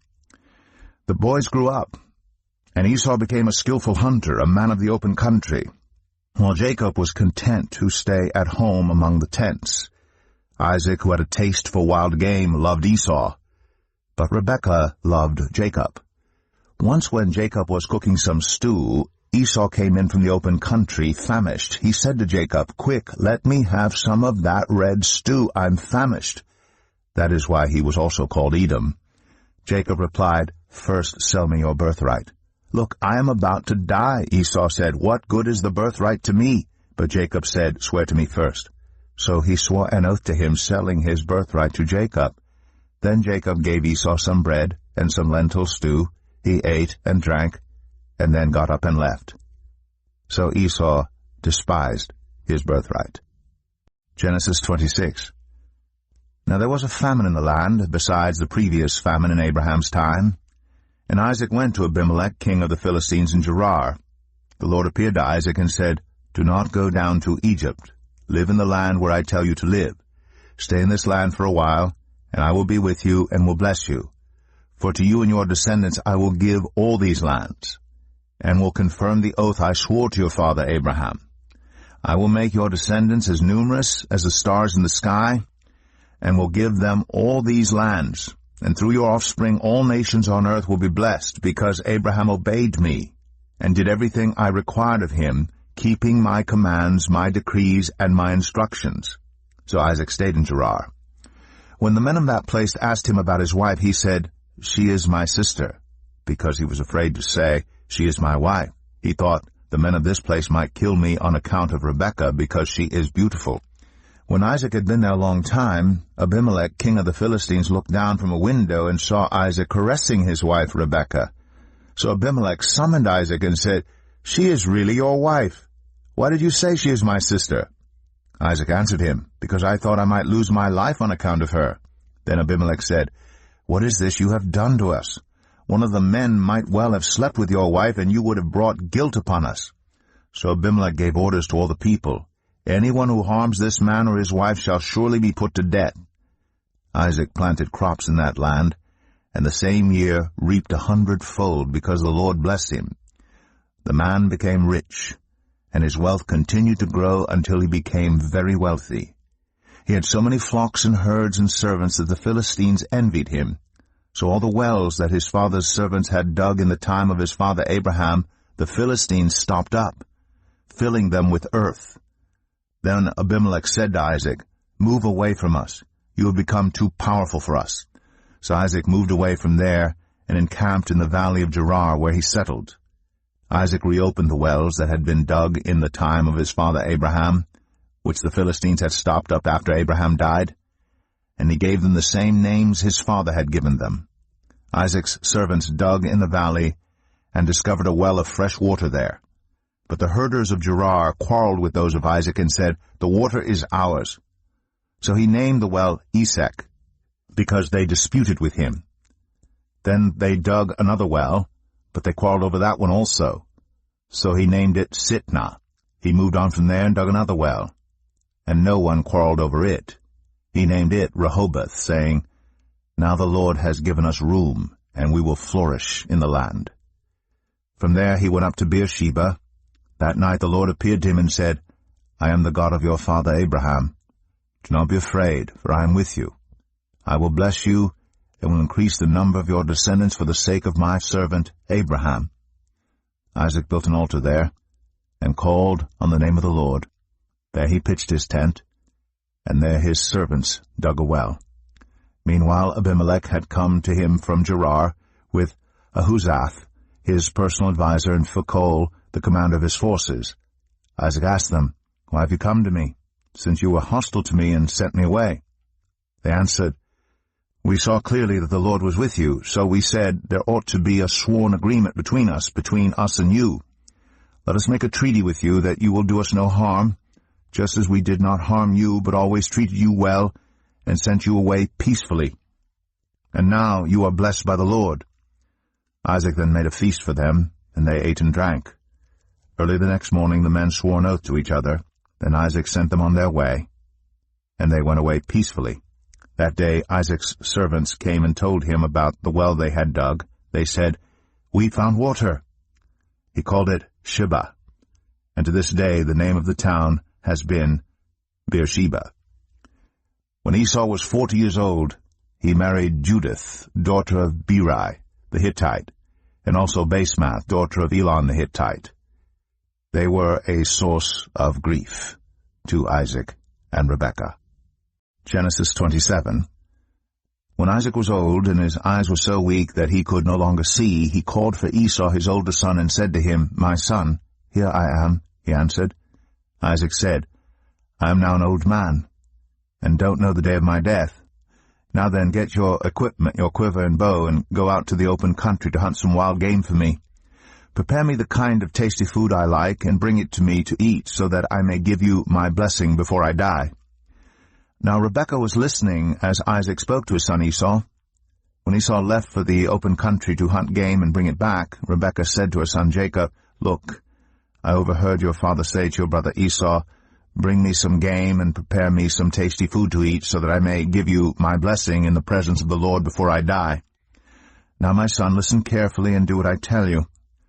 Go out to the flock and bring me 2 choice young goats, so I can prepare some tasty food for your father, just the way he likes it.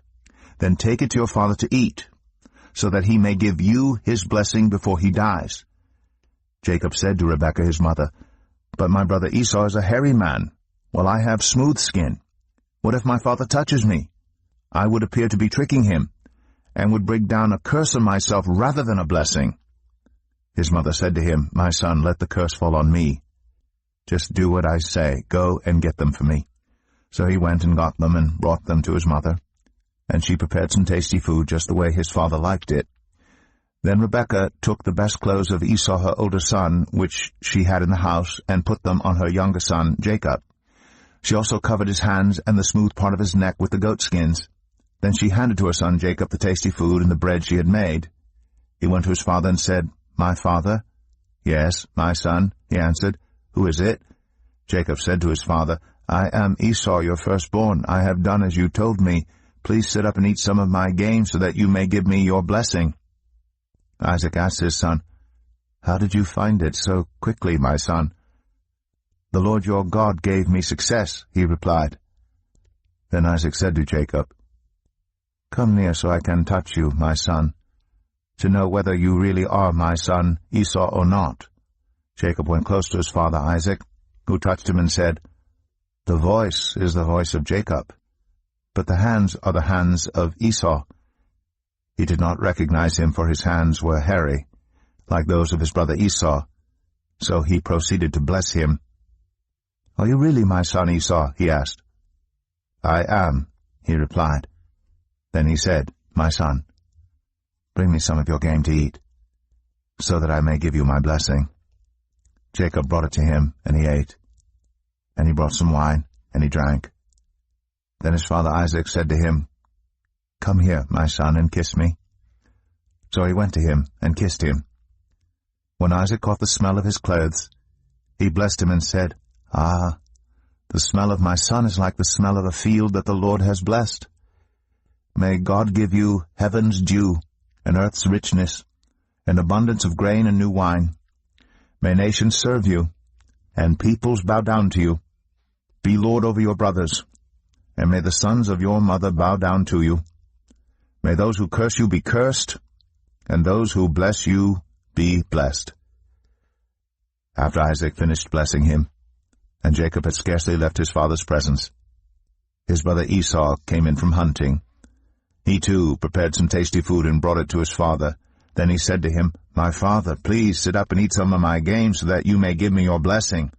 His father Isaac asked him, Who are you? I am your son, he answered, your firstborn, Esau. Isaac trembled violently and said, Who was it then that hunted game and brought it to me? I ate it just before you came, and I blessed him, and indeed he will be blessed. When Esau heard his father's words, he burst out with a loud and bitter cry, and said to his father, Bless me, me too, my father. But he said, Your brother came deceitfully and took your blessing. Esau said, Isn't he rightly named Jacob? This is the second time he has taken advantage of me. He took my birthright, and now he's taken my blessing. Then he asked, Haven't you reserved any blessing for me? Isaac answered Esau, I have made him lord over you, and have made all his relatives his servants, and I have sustained him with grain and new wine. So what can I possibly do for you, my son? Esau said to his father, Do you have only one blessing, my father? Bless me too, my father. Then Esau wept aloud. His father Isaac answered him, Your dwelling will be away from the earth's richness, away from the dew of heaven above. You will live by the sword, and you will serve your brother.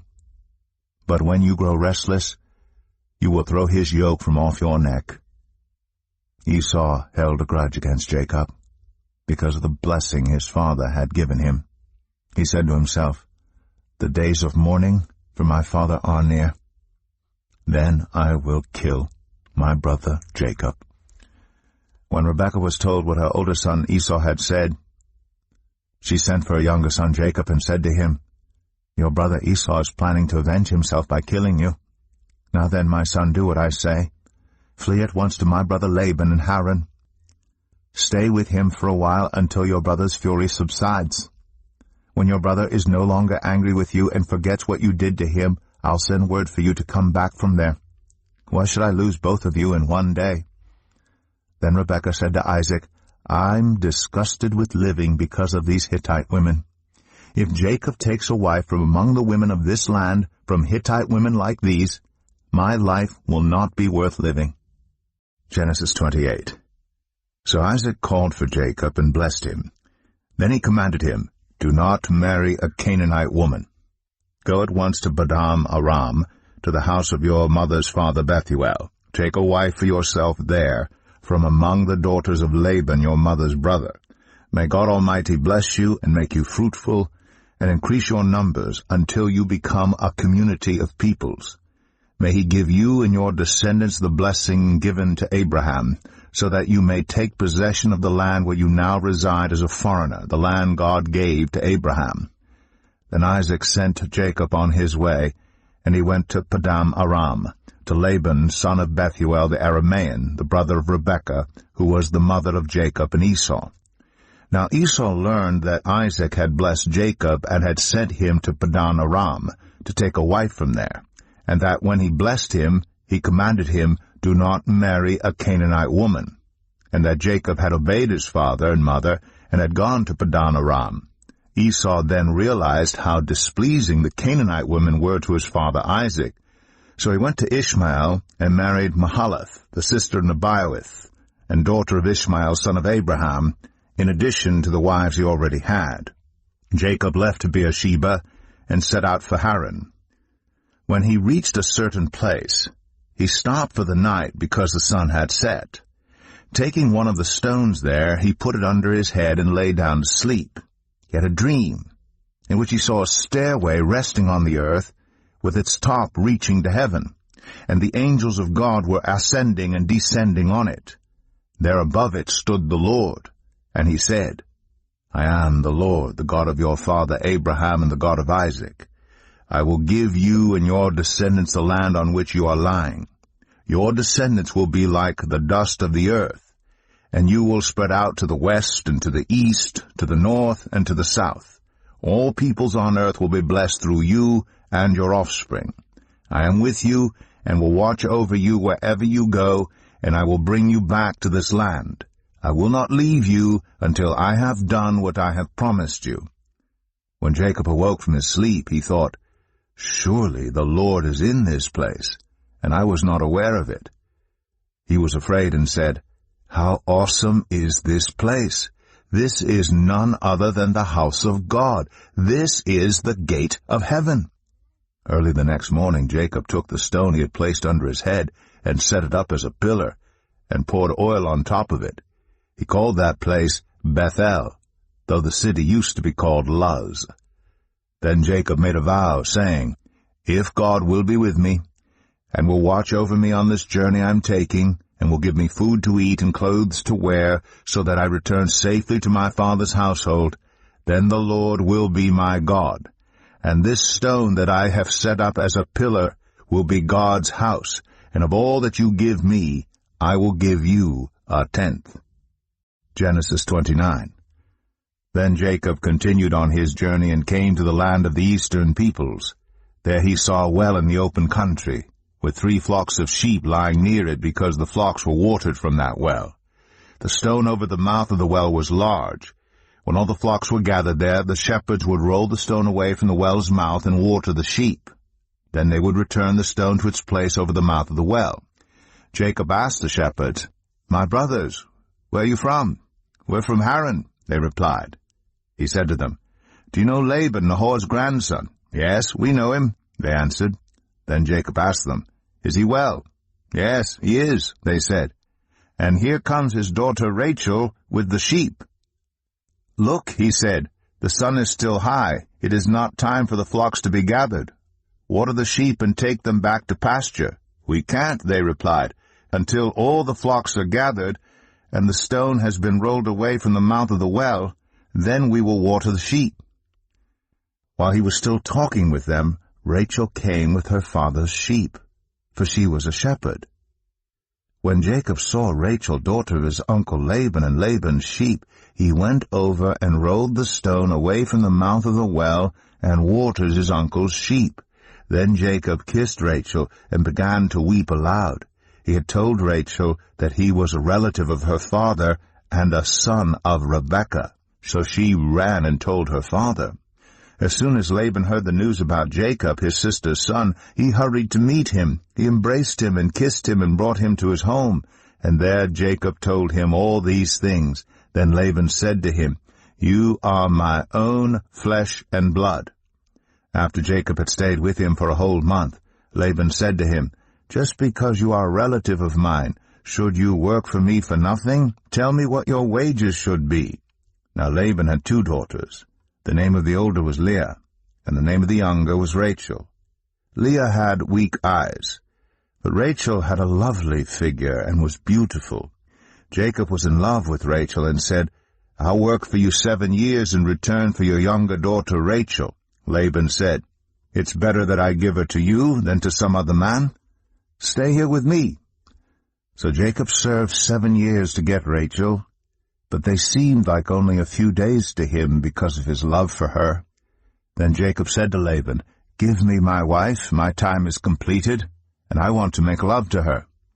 So Laban brought together all the people of the place and gave a feast. But when evening came, he took his daughter Leah and brought her to Jacob, and Jacob made love to her. And Laban gave his servant Zilpah to his daughter as her attendant. When morning came, there was Leah. So Jacob said to Laban, "What is this you have done to me? I served you for Rachel, didn't I? Why have you deceived me?"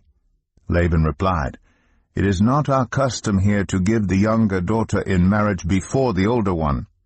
Finish this daughter's bridal week, then we will give you the younger one also in return for another 7 years of work." And Jacob did so. He finished the week with Leah, and then Laban gave him his daughter Rachel to be his wife. Laban gave his servant Bilhah to his daughter Rachel as her attendant. Jacob made love to Rachel also, and his love for Rachel was greater than his love for Leah. And he worked for Laban another 7 years. When the Lord saw that Leah was not loved, he enabled her to conceive, but Rachel remained childless. Leah became pregnant and gave birth to a son. She named him Reuben, for she said, "It is because the Lord has seen my misery. Surely my husband will love me now."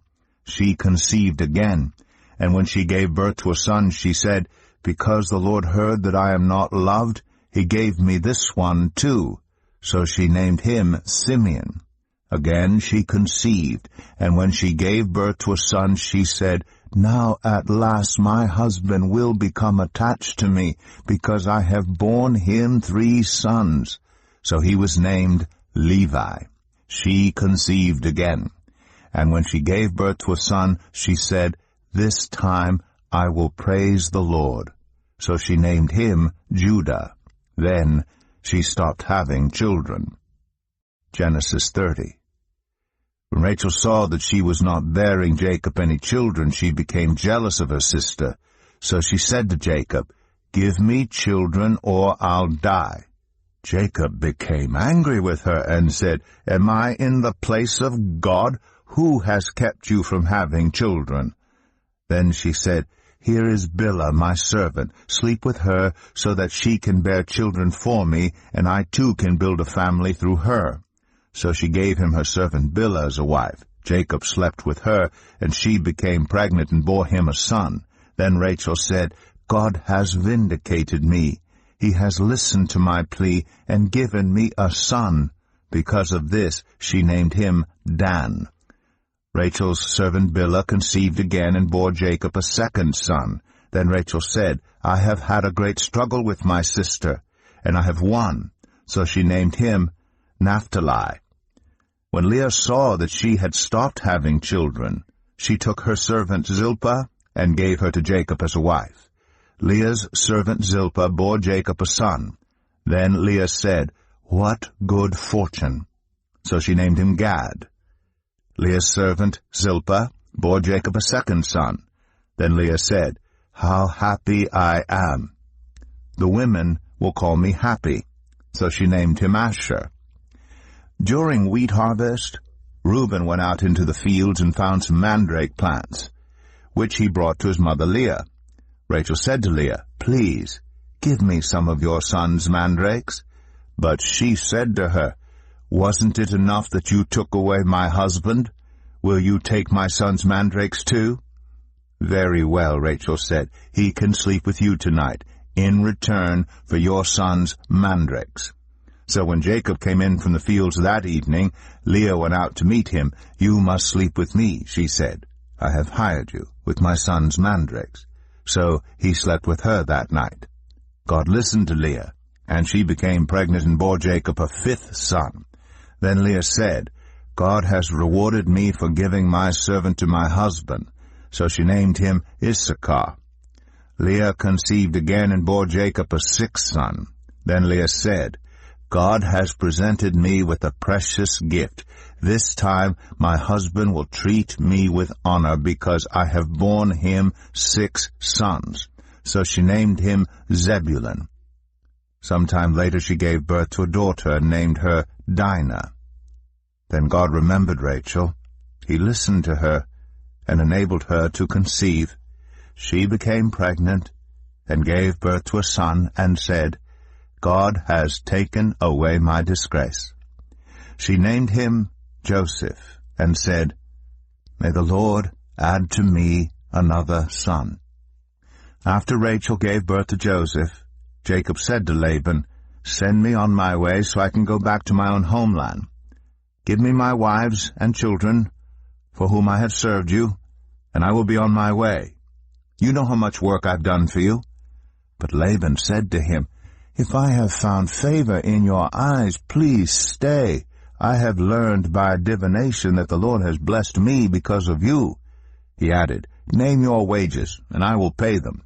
Jacob said to him, You know how I have worked for you, and how your livestock has fared under my care. The little you had before I came has increased greatly, and the Lord has blessed you wherever I have been. But now, when may I do something for my own household? What shall I give you? He asked. Don't give me anything, Jacob replied. But if you will do this one thing for me, I will go on tending your flocks and watching over them. Let me go through all your flocks today and remove from them every speckled or spotted sheep, every dark-colored lamb, and every spotted or speckled goat. They will be my wages. And my honesty will testify for me in the future, whenever you check on the wages you have paid me. Any goat in my possession that is not speckled or spotted, or any lamb that is not dark-colored, will be considered stolen. Agreed, said Laban. Let it be as you have said. That same day he removed all the male goats that were streaked or spotted, and all the speckled or spotted female goats, all that had white on them, and all the dark-colored lambs, and he placed them in the care of his sons. Then he put a 3-day journey between himself and Jacob, while Jacob continued to tend the rest of Laban's flocks. Jacob, however, took fresh-cut branches from poplar, almond, and plane trees, and made white stripes on them by peeling the bark and exposing the white inner wood of the branches. Then he placed the peeled branches in all the watering troughs, so that they would be directly in front of the flocks when they came to drink. When the flocks were in heat and came to drink, they mated in front of the branches, and they bore young that were streaked or speckled or spotted. Jacob set apart the young of the flock by themselves, but made the rest face the streaked and dark-colored animals that belonged to Laban. Thus he made separate flocks for himself, and did not put them with Laban's animals.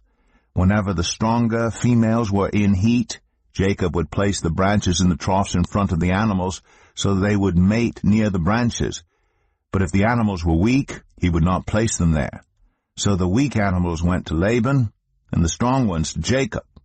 In this way, the man grew exceedingly prosperous, and came to own large flocks, and female and male servants, and camels and donkeys. Genesis 31. Jacob heard that Laban's sons were saying, Jacob has taken everything our father owned, and has gained all this wealth from what belonged to our father. And Jacob noticed that Laban's attitude toward him was not what it had been. Then the Lord said to Jacob, Go back to the land of your fathers and to your relatives, and I will be with you. So Jacob sent word to Rachel and Leah to come out to the fields where his flocks were. He said to them, I see that your father's attitude toward me is not what it was before, but the God of my father has been with me. You know that I've worked for your father with all my strength, yet your father has cheated me by changing my wages 10 times. However, God has not allowed him to harm me. If he said the speckled ones will be your wages, then all the flocks gave birth to speckled young, and if he said the streaked ones will be your wages, then all the flocks bore streaked young. So God has taken away your father's livestock, and has given them to me. In breeding season I once had a dream, in which I looked up and saw that the male goats mating with the flock were streaked, speckled, or spotted. The angel of God said to me in the dream, Jacob. I answered, Here I am. And he said, Look up and see that all the male goats mating with the flock are streaked, speckled, or spotted. For I have seen all that Laban has been doing to you. I am the God of Bethel, where you anointed a pillar, and where you made a vow to me. Now leave this land at once, and go back to your native land. Then Rachel and Leah replied, Do we still have any share in the inheritance of our father's estate? Does he not regard us as foreigners? Not only has he sold us, but he has used up what was paid for us. Surely all the wealth that God took away from our father belongs to us and our children. So do whatever God has told you. Then Jacob put his children and his wives on camels, And he drove all his livestock ahead of him, along with all the goods he had accumulated in Padan Aram, to go to his father Isaac in the land of Canaan. When Laban had gone to shear his sheep, Rachel stole her father's household gods. Moreover, Jacob deceived Laban the Aramean by not telling him he was running away. So he fled with all he had, crossed the Euphrates River, and headed for the hill country of Gilead. On the third day Laban was told that Jacob had fled. Taking his relatives with him, he pursued Jacob for 7 days and caught up with him in the hill country of Gilead. Then God came to Laban the Aramean in a dream at night and said to him, "Be careful not to say anything to Jacob, either good or bad." Jacob had pitched his tent in the hill country of Gilead when Laban overtook him, and Laban and his relatives camped there too. Then Laban said to Jacob, "What have you done? You've deceived me, and you've carried off my daughters like captives in war. Why did you run off secretly and deceive me? Why didn't you tell me so I could send you away with joy and singing to the music of timbrels and harps? You didn't even let me kiss my grandchildren and my daughters goodbye. You've done a foolish thing. I have the power to harm you. But last night the God of your father said to me, 'Be careful not to say anything to Jacob, either good or bad.' Now you've gone off because you longed to return to your father's household. But why did you steal my gods?" Jacob answered Laban, "I was afraid, because I thought you would take your daughters away from me by force. But if you find anyone who has your gods, that person shall not live. In the presence of our relatives, see for yourself whether there is anything of yours here with me, and if so, take it." Now Jacob did not know that Rachel had stolen the gods. So Laban went into Jacob's tent, and into Leah's tent, and into the tent of the 2 female servants, but he found nothing. After he came out of Leah's tent, he entered Rachel's tent. Now Rachel had taken the household gods and put them inside her camel's saddle, and was sitting on them. Laban searched through everything in the tent, but found nothing. Rachel said to her father, "Don't be angry, my lord, that I cannot stand up in your presence. I'm having my period." So he searched, but could not find the household gods. Jacob was angry and took Laban to task. "What is my crime?" he asked Laban. "How have I wronged you that you hunt me down? Now that you have searched through all my goods, what have you found that belongs to your household? Put it here in front of your relatives and mine, and let them judge between the 2 of us. I have been with you for 20 years now. Your sheep and goats have not miscarried, nor have I eaten rams from your flocks. I did not bring you animals torn by wild beasts. I bore the loss myself. And you demanded payment from me for whatever was stolen by day or night. This was my situation. The heat consumed me in the daytime and the cold at night, and sleep fled from my eyes. It was like this for the 20 years I was in your household. I worked for you 14 years for your 2 daughters and 6 years for your flocks, and you changed my wages 10 times. If the God of my father, the God of Abraham, and the fear of Isaac had not been with me, you would surely have sent me away empty-handed. But God has seen my hardship and the toil of my hands, and last night he rebuked you." Laban answered Jacob, "The women are my daughters, the children are my children, and the flocks are my flocks. All you see is mine. Yet what can I do today about these daughters of mine, or about the children they have borne? Come now, let's make a covenant, you and I, and let it serve as a witness between us." So Jacob took a stone and set it up as a pillar. He said to his relatives, "Gather some stones." So they took stones and piled them in a heap, and they ate there by the heap. Laban called it Jagar Sahadatha, and Jacob called it Gilead. Laban said, "This heap is a witness between you and me today." That is why it is called Gilead. It was also called Mizpah, because he said, "May the Lord keep watch between you and me when we are away from each other. If you mistreat my daughters, or if you take any wives besides my daughters, even though no one is with us, remember that God is a witness between you and me." Laban also said to Jacob, "Here is this heap, And here is this pillar I have set up between you and me. This heap is a witness, and this pillar is a witness, that I will not go past this heap to your side to harm you, and that you will not go past this heap and pillar to my side to harm me. May the God of Abraham and the God of Nahor, the God of their father, judge between us." So Jacob took an oath in the name of the fear of his father Isaac. He offered a sacrifice there in the hill country and invited his relatives to a meal. After they had eaten, they spent the night there. Early the next morning Laban kissed his grandchildren and his daughters and blessed them. Then he left and returned home. Genesis 32. Jacob also went on his way, and the angels of God met him. When Jacob saw them, he said, "This is the camp of God." So he named that place Mahanaim. Jacob sent messengers ahead of him to his brother Esau in the land of Seir, the country of Edom. He instructed them, "This is what you are to say to my lord Esau. Your servant Jacob says, I have been staying with Laban and have remained there till now. I have cattle and donkeys, sheep and goats, male and female servants. Now I am sending this message to my lord, that I may find favor in your eyes." When the messengers returned to Jacob, they said, "We went to your brother Esau, and now he is coming to meet you, and 400 men are with him." In great fear and distress Jacob divided the people who were with him into 2 groups, and the flocks and herds and camels as well. He thought, if Esau comes and attacks one group, the group that is left may escape. Then Jacob prayed, "O God of my father Abraham, God of my father Isaac, Lord, you who said to me, 'Go back to your country and your relatives, and I will make you prosper,' I am unworthy of all the kindness and faithfulness you have shown your servant. I had only my staff when I crossed this Jordan, but now I have become 2 camps.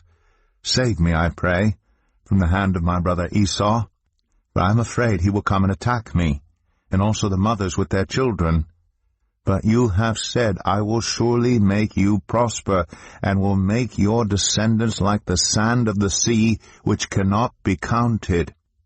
He spent the night there, and from what he had with him he selected a gift for his brother Esau, 200 female goats and 20 male goats, 200 ewes and 20 rams, 30 female camels with their young, 40 cows and 10 bulls, and 20 female donkeys and 10 male donkeys. He put them in the care of his servants, each herd by itself, and said to his servants, "Go ahead of me, and keep some space between the herds." He instructed the one in the lead, "When my brother Esau meets you and asks, 'Who do you belong to, and where are you going, and who owns all these animals in front of you?' then you are to say, 'They belong to your servant Jacob. They are a gift sent to my lord Esau, and he is coming behind us.'" He also instructed the second, the third, and all the others who followed the herds, "You are to say the same thing to Esau when you meet him, and be sure to say, 'Your servant Jacob is coming behind us.' For he thought, 'I will pacify him with these gifts I am sending on ahead. Later, when I see him, perhaps he will receive me.' So Jacob's gifts went on ahead of him, but he himself spent the night in the camp. That night Jacob got up and took his 2 wives, his 2 female servants, and his 11 sons, and crossed the ford of the Jabbok. After he had sent them across the stream, he sent over all his possessions. So Jacob was left alone, and a man wrestled with him till daybreak. When the man saw that he could not overpower him, he touched the socket of Jacob's hip, so that his hip was wrenched as he wrestled with the man. Then the man said, "Let me go, for it is daybreak." But Jacob replied, "I will not let you go, unless you bless me." The man asked him, "What is your name?" "Jacob," he answered. Then the man said, "Your name will no longer be Jacob, but Israel, because you have struggled with God and with humans, and have overcome." Jacob said, "Please tell me your name." But he replied, "Why do you ask my name?" Then he blessed him there. So Jacob called the place Peniel, saying, "It is because I saw God face to face, and yet my life was spared." The sun rose above him as he passed Peniel, and he was limping because of his hip. Therefore to this day the Israelites do not eat the tendon attached to the socket of the hip, because the socket of Jacob's hip was touched near the tendon. Genesis 33. Jacob looked up, and there was Esau, coming with his 400 men. So he divided the children among Leah, Rachel, and the 2 female servants. He put the female servants and their children in front, Leah and her children next, and Rachel and Joseph in the rear. He himself went on ahead and bowed down to the ground 7 times as he approached his brother. But Esau ran to meet Jacob and embraced him. He threw his arms around his neck and kissed him, and they wept.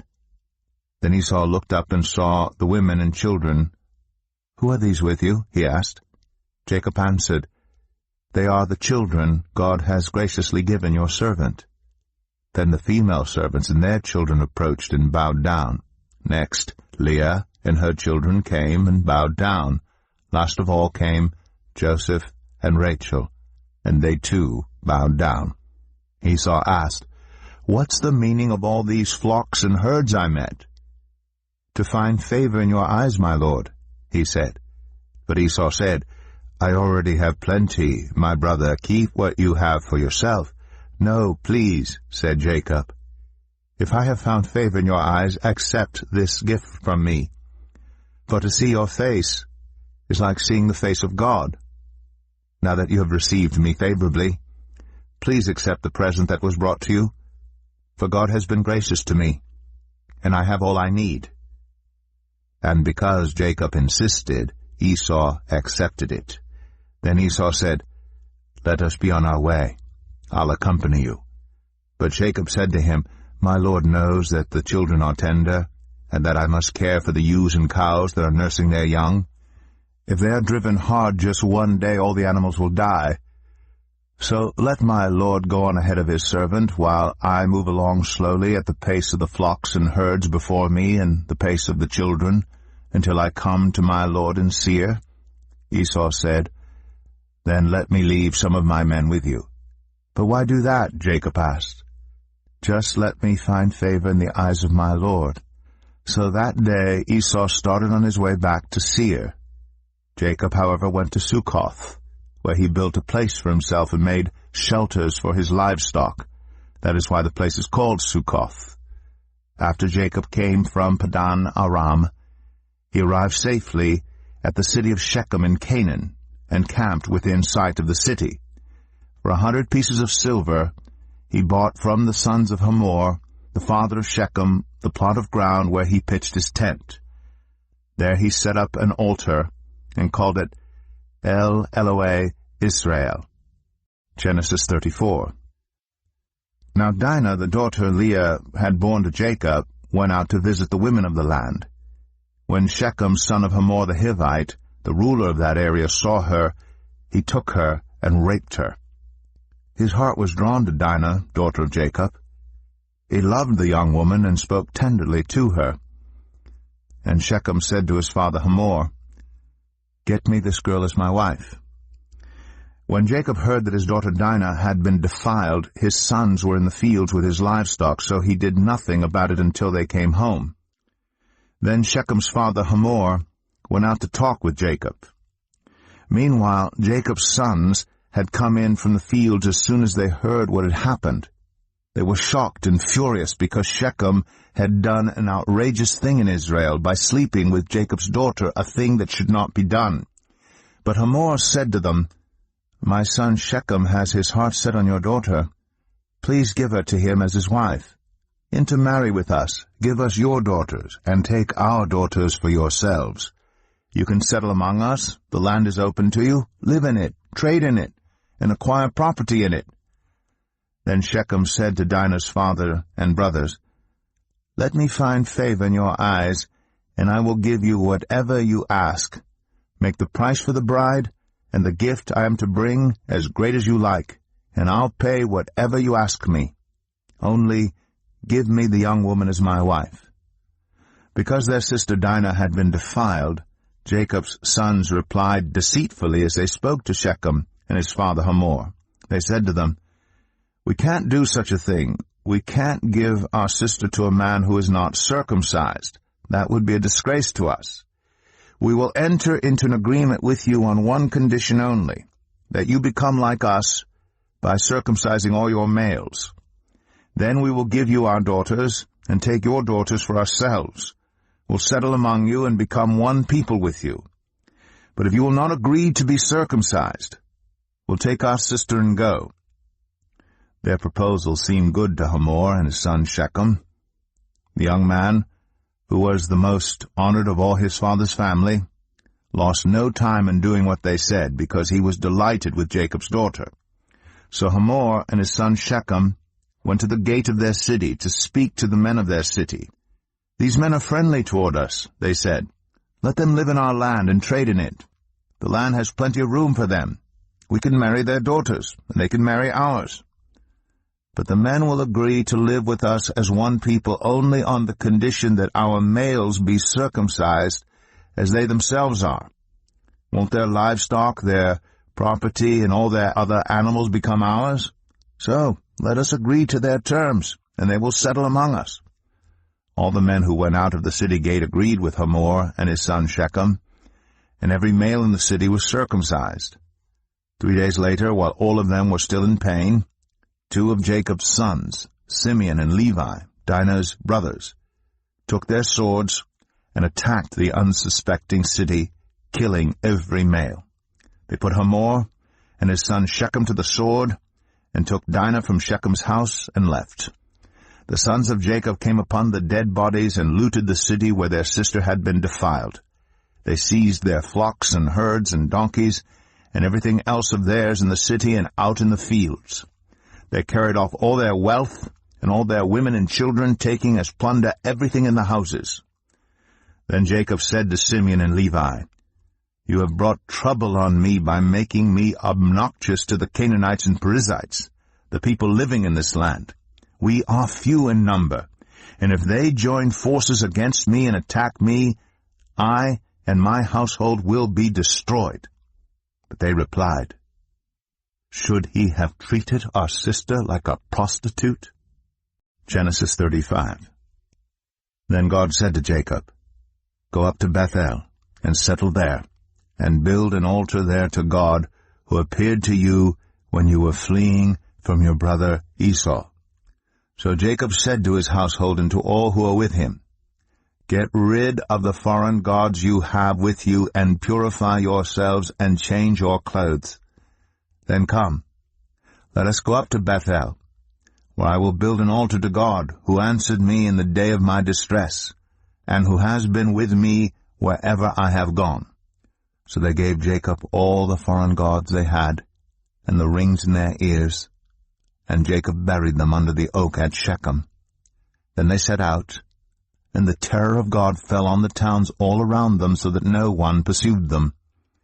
Jacob and all the people with him came to Luz, that is, Bethel, in the land of Canaan. There he built an altar, and he called the place El Bethel, because it was there that God revealed himself to him when he was fleeing from his brother. Now Deborah, Rebekah's nurse, died, and was buried under the oak outside Bethel. So it was named Allon Bacuth. After Jacob returned from Padan Aram, God appeared to him again and blessed him. God said to him, "Your name is Jacob, but you will no longer be called Jacob. Your name will be Israel." So he named him Israel. And God said to him, "I am God Almighty. Be fruitful and increase in number. A nation and a community of nations will come from you, and kings will be among your descendants. The land I gave to Abraham and Isaac, I also give to you, and I will give this land to your descendants after you." Then God went up from him at the place where he had talked with him. Jacob set up a stone pillar at the place where God had talked with him, and he poured out a drink offering on it. He also poured oil on it. Jacob called the place where God had talked with him Bethel. Then they moved on from Bethel, While they were still some distance from Ephrath, Rachel began to give birth, and had great difficulty. And as she was having great difficulty in childbirth, the midwife said to her, "Don't despair, for you have another son." As she breathed her last, for she was dying, she named her son Ben-Oni, but his father named him Benjamin. So Rachel died, and was buried on the way to Ephrath, that is, Bethlehem. Over her tomb Jacob set up a pillar, and to this day that pillar marks Rachel's tomb. Israel moved on again, and pitched his tent beyond Migdal-Eder. While Israel was living in that region, Reuben went in and slept with his father's concubine Bilhah, and Israel heard of it. Jacob had 12 sons. The sons of Leah, Reuben, the firstborn of Jacob, Simeon, Levi, Judah, Issachar, and Zebulun. The sons of Rachel, Joseph, and Benjamin. The sons of Rachel's servant Bilhah, Dan and Naphtali. The sons of Leah's servant Zilpah, Gad, and Asher. These were the sons of Jacob, who were born to him in Padan Aram. Jacob came home to his father Isaac in Mamre, near Kiriath Arba, that is Hebron, where Abraham and Isaac had stayed. Isaac lived 180 years. Then he breathed his last and died, and was gathered to his people, old and full of years, and his sons Esau and Jacob buried him. Genesis 36. This is the account of the family line of Esau, that is, Edom. Esau took his wives from the women of Canaan, Adah, daughter of Elon the Hittite, and Oholibamah, daughter of Anah, and granddaughter of Zibeon the Hivite, also Basemath, daughter of Ishmael, and sister of Nebaioth. Adah bore Eliphaz to Esau, Basemath bore Ruel, and Oholibamah bore Jeush, Jalam, and Korah. These were the sons of Esau, who were born to him in Canaan. Esau took his wives and sons and daughters and all the members of his household, as well as his livestock, and all his other animals and all the goods he had acquired in Canaan, and moved to a land some distance from his brother Jacob. Their possessions were too great for them to remain together. The land where they were staying could not support them both because of their livestock. So Esau, that is Edom, settled in the hill country of Seir. This is the account of the family line of Esau, the father of the Edomites, in the hill country of Seir. These are the names of Esau's sons: Eliphaz, the son of Esau's wife Adah, and Ruel, the son of Esau's wife Basemath. The sons of Eliphaz: Teman, Omar, Zepho, Gatam, and Kenaz. Esau's son Eliphaz also had a concubine named Timnah, who bore him Amalek. These were grandsons of Esau's wife Adah. The sons of Ruel: Nahath, Zerah, Shema, and Mizah. These were grandsons of Esau's wife Basemath. The sons of Esau's wife Oholibamah, daughter of Anah and granddaughter of Zibeon, whom she bore to Esau: Jeush, Jalam, and Korah. These were the chiefs among Esau's descendants. The sons of Eliphaz, the firstborn of Esau, chiefs Teman, Omar, Zepho, Kenaz, Korah, Gatam, and Amalek. These were the chiefs descended from Eliphaz in Edom. They were grandsons of Adah. The sons of Esau's son Ruel, chiefs Nahath, Zerah, Shema, and Mizah. These were the chiefs descended from Ruel in Edom. They were grandsons of Esau's wife Basemath. The sons of Esau's wife Oholibamah, chiefs Jeush, Jalam, and Korah. These were the chiefs descended from Esau's wife Oholibamah, daughter of Anah. These were the sons of Esau, that is Edom, and these were their chiefs. These were the sons of Seir the Horite, who were living in the region: Lotan, Shobal, Zibeon, Anah, Dishan, Ezer, and Dishan. These sons of Seir in Edom were Horite chiefs. The sons of Lotan: Hori and Hamam. Timnah was Lotan's sister. The sons of Shobal: Alvan, Manahath, Ebal, Shepho, and Onam. The sons of Zibeon, Elah and Anah. This is the Anah who discovered the hot springs in the desert while he was grazing the donkeys of his father Zibeon. The children of Anah, Dishan and Oholibamah daughter of Anah. The sons of Dishan, Hemdan, Eshban, Ithran, and Keran. The sons of Ezer, Bilhan, Zavan, and Akan. The sons of Dishan, Uz, and Aran. These were the Horite chiefs, Lotan, Shobal, Zibeon, Anah, Dishan, Ezer, and Dishan. These were the Horite chiefs, according to their divisions, in the land of Seir. These were the kings who reigned in Edom, before any Israelite king reigned. Bela, son of Beor, became king of Edom. His city was named Din-Habah. When Bela died, Jobab, son of Zerah, from Bozrah, succeeded him as king. When Jobab died, Husham, from the land of the Temanites, succeeded him as king. When Husham died, Hadad, son of Bedad, who defeated Midian in the country of Moab, succeeded him as king. His city was named Avith. When Hadad died, Samlah from Masrekah succeeded him as king. When Samlah died, Shaul from Rehoboth on the river succeeded him as king. When Shaul died, Baal-Hanan, son of Achbor, succeeded him as king. When Baal-Hanan, son of Achbor, died, Hadad succeeded him as king. His city was named Pau, and his wife's name was Mehetabel, daughter of Matred, the daughter of Mezahab. These were the chiefs descended from Esau by name, according to their clans and regions: Timnah, Alvah, Jetheth, Oholibamah, Elah, Pinon, Kenaz, Teman, Mibzar, Magdiel, and Aram. These were the chiefs of Edom, according to their settlements in the land they occupied. This is the family line of Esau, the father of the Edomites. Genesis 37. Jacob lived in the land where his father had stayed, the land of Canaan.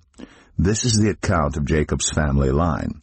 Joseph, a young man of 17, was tending the flocks with his brothers, the sons of Bilhah and the sons of Zilpah, his father's wives, and he brought their father a bad report about them. Now Israel loved Joseph more than any of his other sons, because he had been born to him in his old age, and he made an ornate robe for him. When his brothers saw that their father loved him more than any of them, they hated him, and could not speak a kind word to him. Joseph had a dream, and when he told it to his brothers, they hated him all the more. He said to them, "Listen to this dream I had. We were binding sheaves of grain out in the field, when suddenly my sheaf rose and stood upright, while your sheaves gathered around mine and bowed down to it." His brothers said to him, "Do you intend to reign over us? Will you actually rule us?" And they hated him all the more because of his dream and what he had said. Then he had another dream, and he told it to his brothers. "Listen," he said, "I had another dream, and this time the sun and moon and 11 stars were bowing down to me." When he told his father as well as his brothers, his father rebuked him and said, "What is this dream you had? Will your mother and I and your brothers actually come and bow down to the ground before you?" His brothers were jealous of him, but his father kept the matter in mind. Now his brothers had gone to graze their father's flocks near Shechem, and Israel said to Joseph, "As you know, your brothers are grazing the flocks near Shechem. Come, I am going to send you to them." "Very well," he replied. So he said to him, "Go and see if all is well with your brothers and with the flocks, and bring word back to me." Then he sent him off from the valley of Hebron. When Joseph arrived at Shechem, a man found him wandering around in the fields and asked him, "What are you looking for?"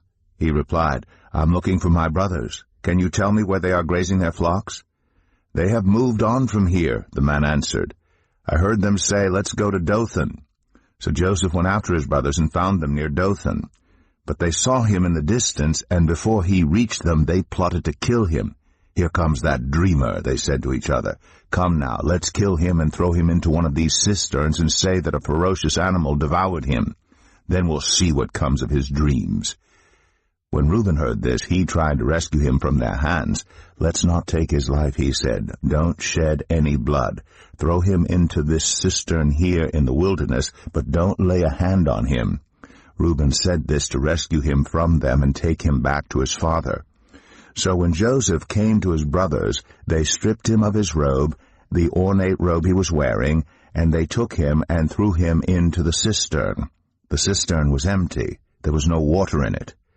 As they sat down to eat their meal, they looked up and saw a caravan of Ishmaelites coming from Gilead. Their camels were loaded with spices, balm, and myrrh, and they were on their way to take them down to Egypt. Judah said to his brothers, "What will we gain if we kill our brother and cover up his blood? Come, let's sell him to the Ishmaelites, and not lay our hands on him. After all, he is our brother, our own flesh and blood." His brothers agreed. So when the Midianite merchants came by, his brothers pulled Joseph up out of the cistern and sold him for 20 shekels of silver to the Ishmaelites, who took him to Egypt. When Reuben returned to the cistern and saw that Joseph was not there, he tore his clothes. He went back to his brothers and said, "The boy isn't there. Where can I turn now?" Then they got Joseph's robe, slaughtered a goat, and dipped the robe in the blood. They took the ornate robe back to their father and said, "We found this. Examine it to see whether it is your son's robe." He recognized it and said, "It is my son's robe. Some ferocious animal has devoured him. Joseph has surely been torn to pieces." Then Jacob tore his clothes, put on sackcloth, and mourned for his son many days. All his sons and daughters came to comfort him, but he refused to be comforted. "No," he said, "I will continue to mourn until I join my son in the grave."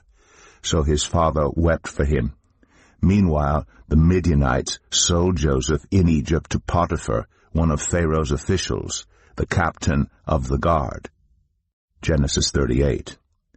At that time, Judah left his brothers and went down to stay with a man of Adullam named Hira. There Judah met the daughter of a Canaanite man named Shua. He married her and made love to her. She became pregnant and gave birth to a son, who was named Er. She conceived again and gave birth to a son and named him Onan. She gave birth to still another son and named him Shelah. It was at Kezib that she gave birth to him. Judah got a wife for Er, his firstborn, and her name was Tamar. But Er, Judah's firstborn, was wicked in the Lord's sight, so the Lord put him to death. Then Judah said to Onan, "Sleep with your brother's wife, and fulfill your duty to her as a brother-in-law to raise up offspring for your brother." But Onan knew that the child would not be his, so whenever he slept with his brother's wife, he spilled his semen on the ground to keep from providing offspring for his brother. What he did was wicked in the Lord's sight, so the Lord put him to death also. Judah then said to his daughter-in-law Tamar, "Live as a widow in your father's household until my son Shelah grows up." For he thought, "He may die too, just like his brothers." So Tamar went to live in her father's household.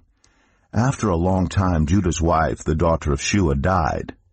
When Judah had recovered from his grief, he went up to Timnah, to the men who were shearing his sheep, and his friend Hira the Adullamite went with him. When Tamar was told, "Your father-in-law is on his way to Timnah to shear his sheep," she took off her widow's clothes, covered herself with a veil to disguise herself, and then sat down at the entrance to Enaim, which is on the road to Timnah. For she saw that though Shelah had now grown up, she had not been given to him as his wife. When Judah saw her, he thought she was a prostitute, for she had covered her face. Not realizing that she was his daughter-in-law, he went over to her by the roadside and said, "Come now, let me sleep with you." "And what will you give me to sleep with you?" she asked. "I'll send you a young goat from my flock," he said. "Will you give me something as a pledge until you send it?" she asked. He said, "What pledge should I give you?" "Your seal and its cord, and the staff in your hand," she answered. So he gave them to her and slept with her, and she became pregnant by him, After she left, she took off her veil and put on her widow's clothes again. Meanwhile, Judah sent the young goat by his friend the Adullamite in order to get his pledge back from the woman, but he did not find her. He asked the men who lived there, "Where is the shrine prostitute who was beside the road at Enaim?" "There hasn't been any shrine prostitute here," they said. So he went back to Judah and said, "I didn't find her. Besides, the men who lived there said, 'There hasn't been any shrine prostitute here.'" Then Judah said, "Let her keep what she has, or we will become a laughingstock. After all, I did send her this young goat, but you didn't find her." About 3 months later, Judah was told, "Your daughter-in-law Tamar is guilty of prostitution, and as a result she is now pregnant." Judah said, "Bring her out and have her burned to death." As she was being brought out, she sent a message to her father-in-law. "I am pregnant by the man who owns these," she said, and she added, "See if you recognize whose seal and cord and staff these are." Judah recognized them and said, "She is more righteous than I, since I wouldn't give her to my son Shelah." And he did not sleep with her again. When the time came for her to give birth, there were twin boys in her womb. As she was giving birth, one of them put out his hand, so the midwife took a scarlet thread and tied it on his wrist and said, "This one came out first." But when he drew back his hand, his brother came out, and she said, "So this is how you have broken out." And he was named Perez.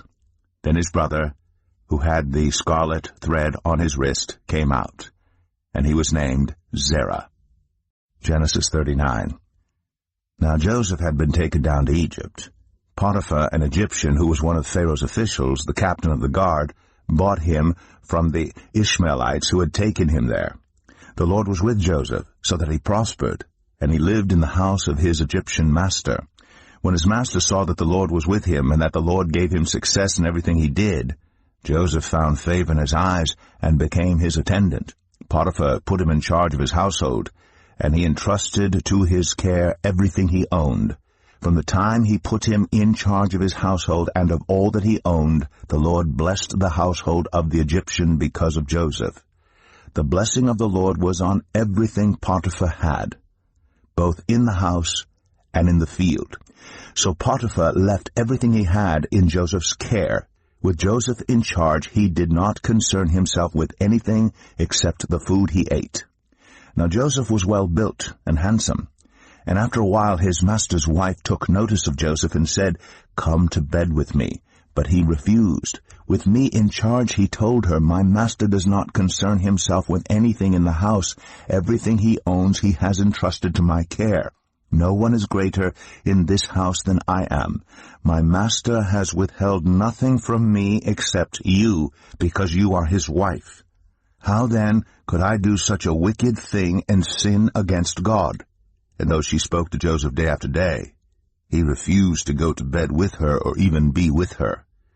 One day he went into the house to attend to his duties, and none of the household servants was inside. She caught him by his cloak and said, "Come to bed with me." But he left his cloak in her hand and ran out of the house. When she saw that he had left his cloak in her hand and had run out of the house, she called her household servants. "Look," she said to them, "this Hebrew has been brought to us to make sport of us. He came in here to sleep with me, but I screamed. When he heard me scream for help, he left his cloak beside me and ran out of the house." She kept his cloak beside her until his master came home. Then she told him this story: "That Hebrew slave you brought us came to me to make sport of me, but as soon as I screamed for help, he left his cloak beside me and ran out of the house." When his master heard the story his wife told him, saying, "This is how your slave treated me," he burned with anger. Joseph's master took him and put him in prison, the place where the king's prisoners were confined.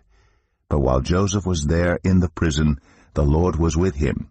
He showed him kindness and granted him favor in the eyes of the prison warden. So the warden put Joseph in charge of all those held in the prison, and he was made responsible for all that was done there. The warden paid no attention to anything under Joseph's care, because the Lord was with Joseph and gave him success in whatever he did. Genesis 40. Sometime later the cupbearer and the baker of the king of Egypt offended their master, the king of Egypt. Pharaoh was angry with his two officials, the chief cupbearer and the chief baker, and put them in custody in the house of the captain of the guard, in the same prison where Joseph was confined. The captain of the guard assigned them to Joseph, and he attended them. After they had been in custody for some time, each of the two men, the cupbearer and the baker of the king of Egypt, who were being held in prison, had a dream the same night, and each dream had a meaning of its own. When Joseph came to them the next morning, he saw that they were dejected. So he asked Pharaoh's officials who were in custody with him in his master's house, "Why do you look so sad today?" "We both had dreams," they answered, "but there is no one to interpret them." Then Joseph said to them, "Do not interpretations belong to God? Tell me your dreams."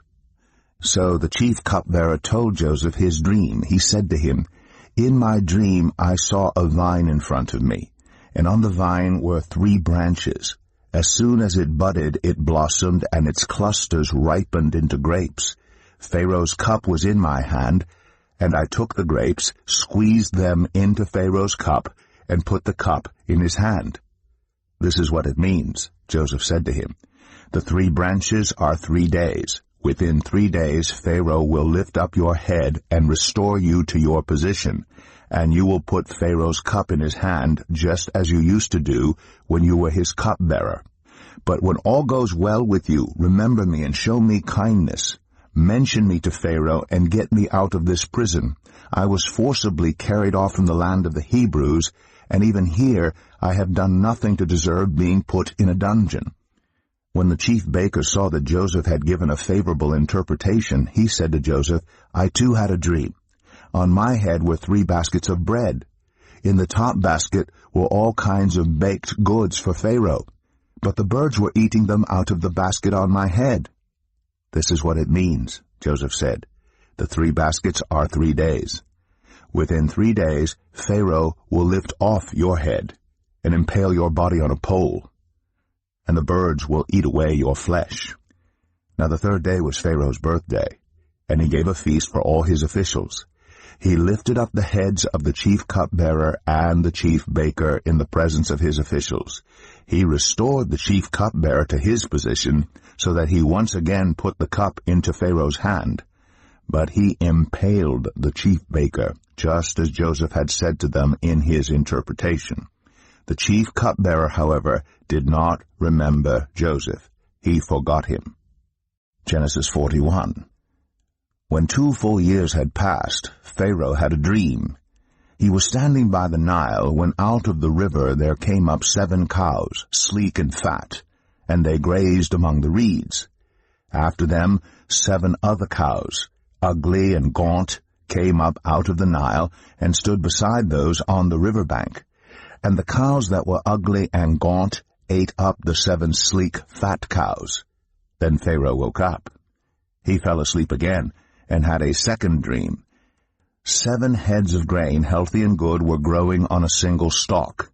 After them 7 other heads of grain sprouted, thin and scorched by the east wind. The thin heads of grain swallowed up the 7 healthy, full heads. Then Pharaoh woke up. It had been a dream.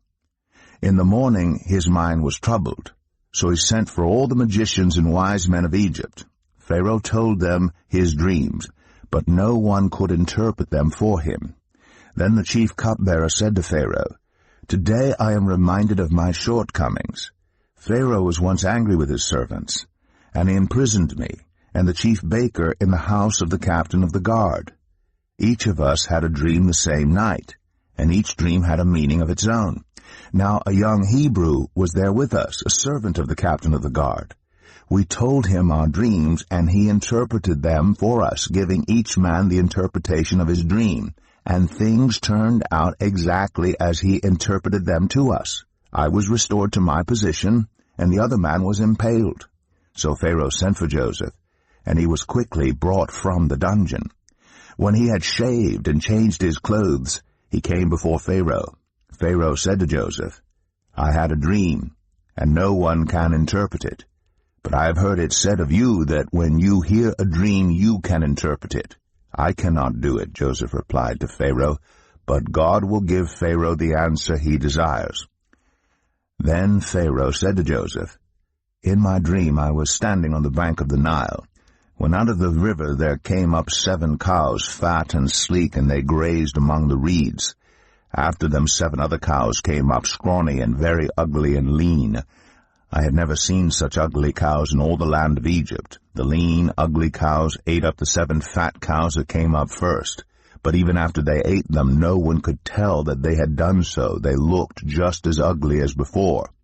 Then I woke up. In my dream I saw 7 heads of grain, full and good, growing on a single stalk. After them 7 other heads sprouted, withered and thin and scorched by the east wind. The thin heads of grain swallowed up the 7 good heads. I told this to the magicians, but none of them could explain it to me. Then Joseph said to Pharaoh, The dreams of Pharaoh are one and the same.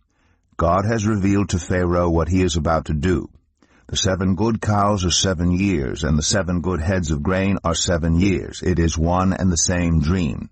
The 7 lean, ugly cows that came up afterward are 7 years, and so are the 7 worthless heads of grain scorched by the east wind.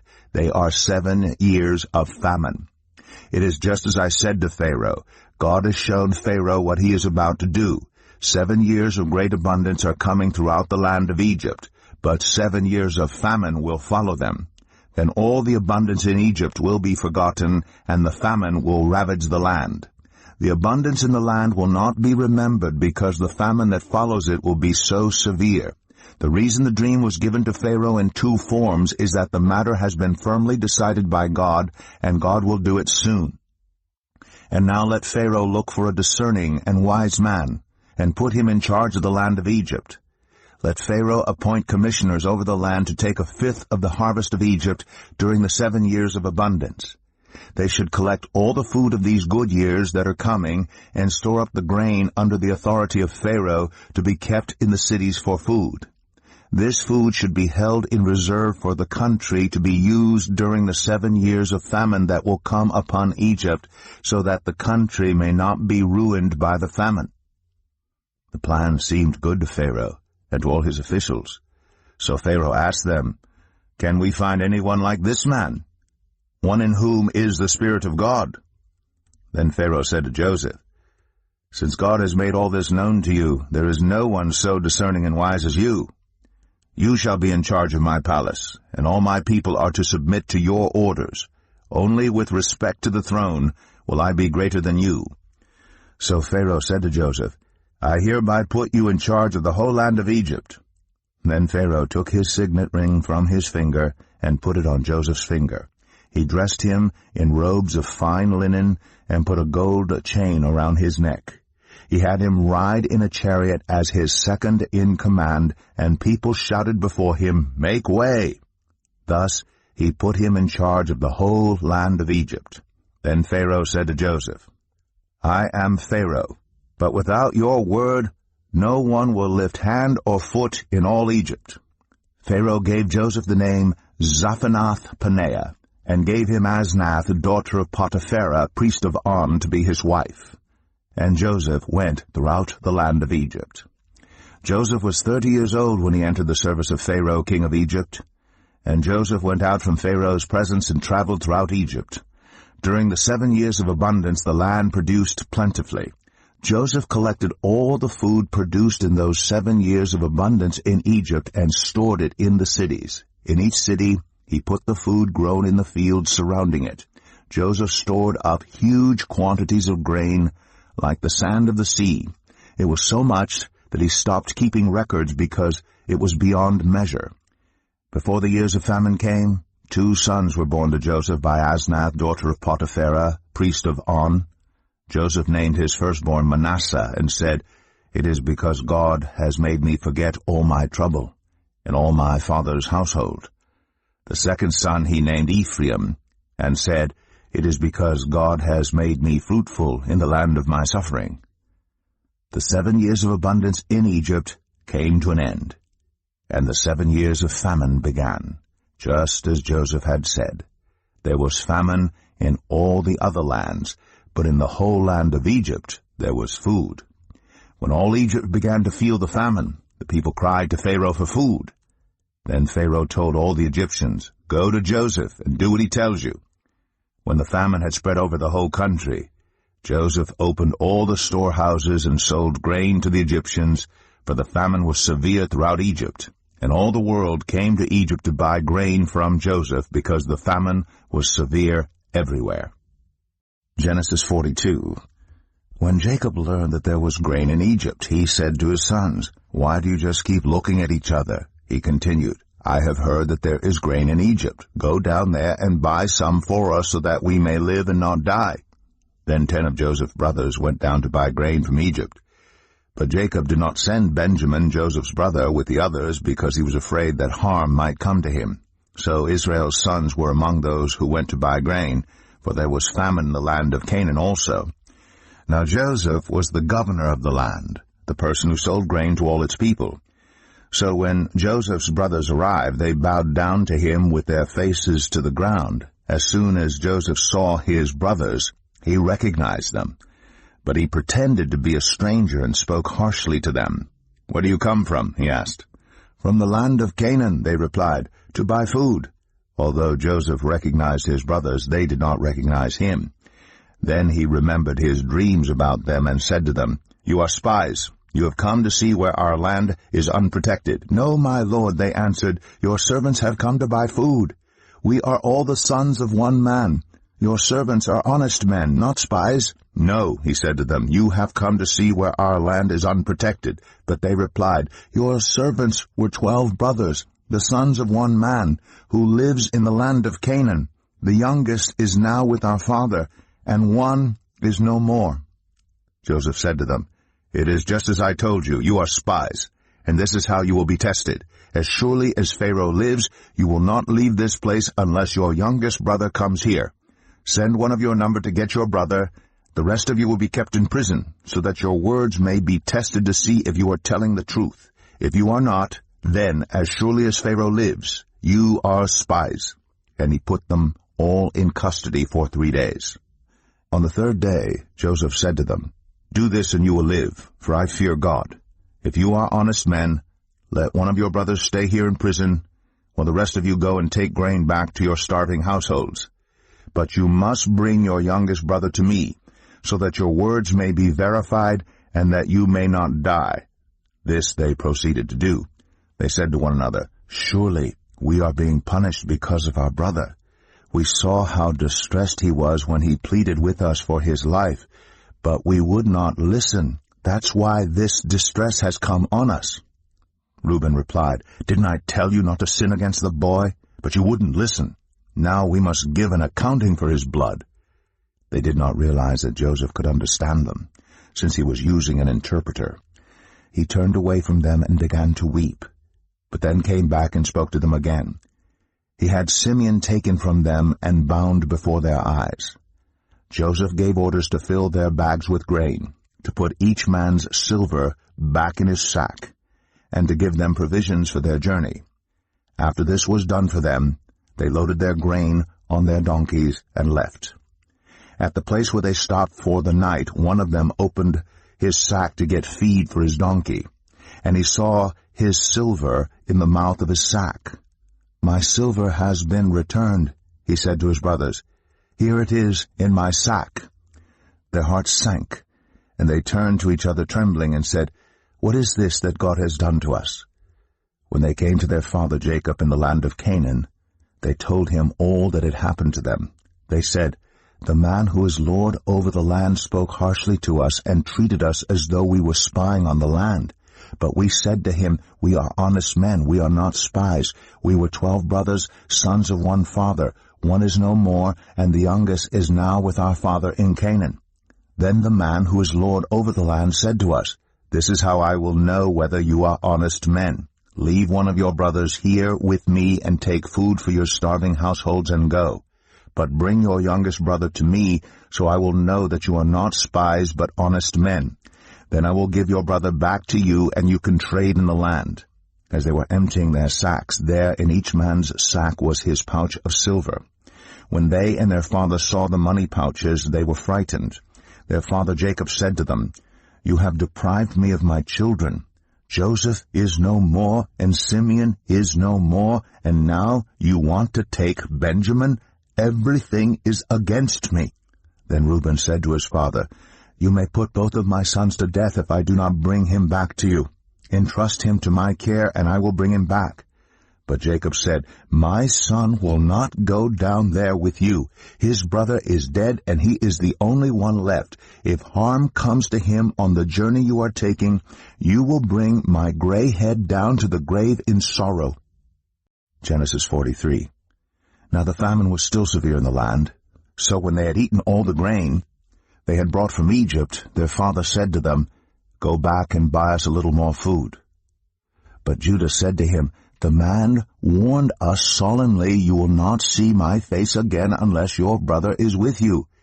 If you will send our brother along with us, we will go down and buy food for you. But if you will not send him, we will not go down, because the man said to us, 'You will not see my face again unless your brother is with you.'" Israel asked, "Why did you bring this trouble on me by telling the man you had another brother?" They replied, "The man questioned us closely about ourselves and our family." "Is your father still living?" he asked. "Do you have another brother?" We simply answered his questions. How were we to know he would say, "Bring your brother down here"? Then Judah said to Israel his father, "Send the boy along with me, and we will go at once, so that we and you and our children may live and not die. I myself will guarantee his safety. You can hold me personally responsible for him.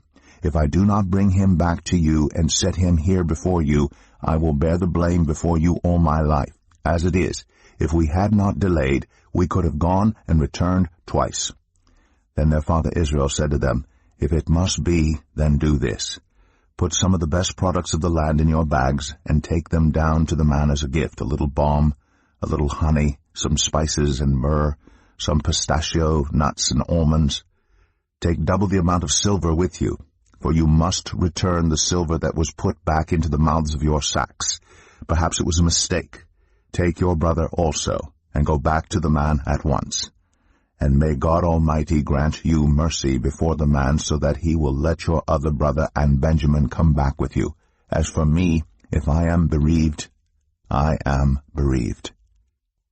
So the men took the gifts and double the amount of silver, and Benjamin also. They hurried down to Egypt and presented themselves to Joseph.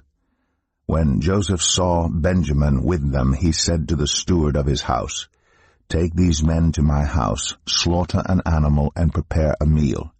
They are to eat with me at noon." The man did as Joseph told him, and took the men to Joseph's house. Now the men were frightened when they were taken to his house. They thought, "We were brought here because of the silver that was put back into our sacks the first time.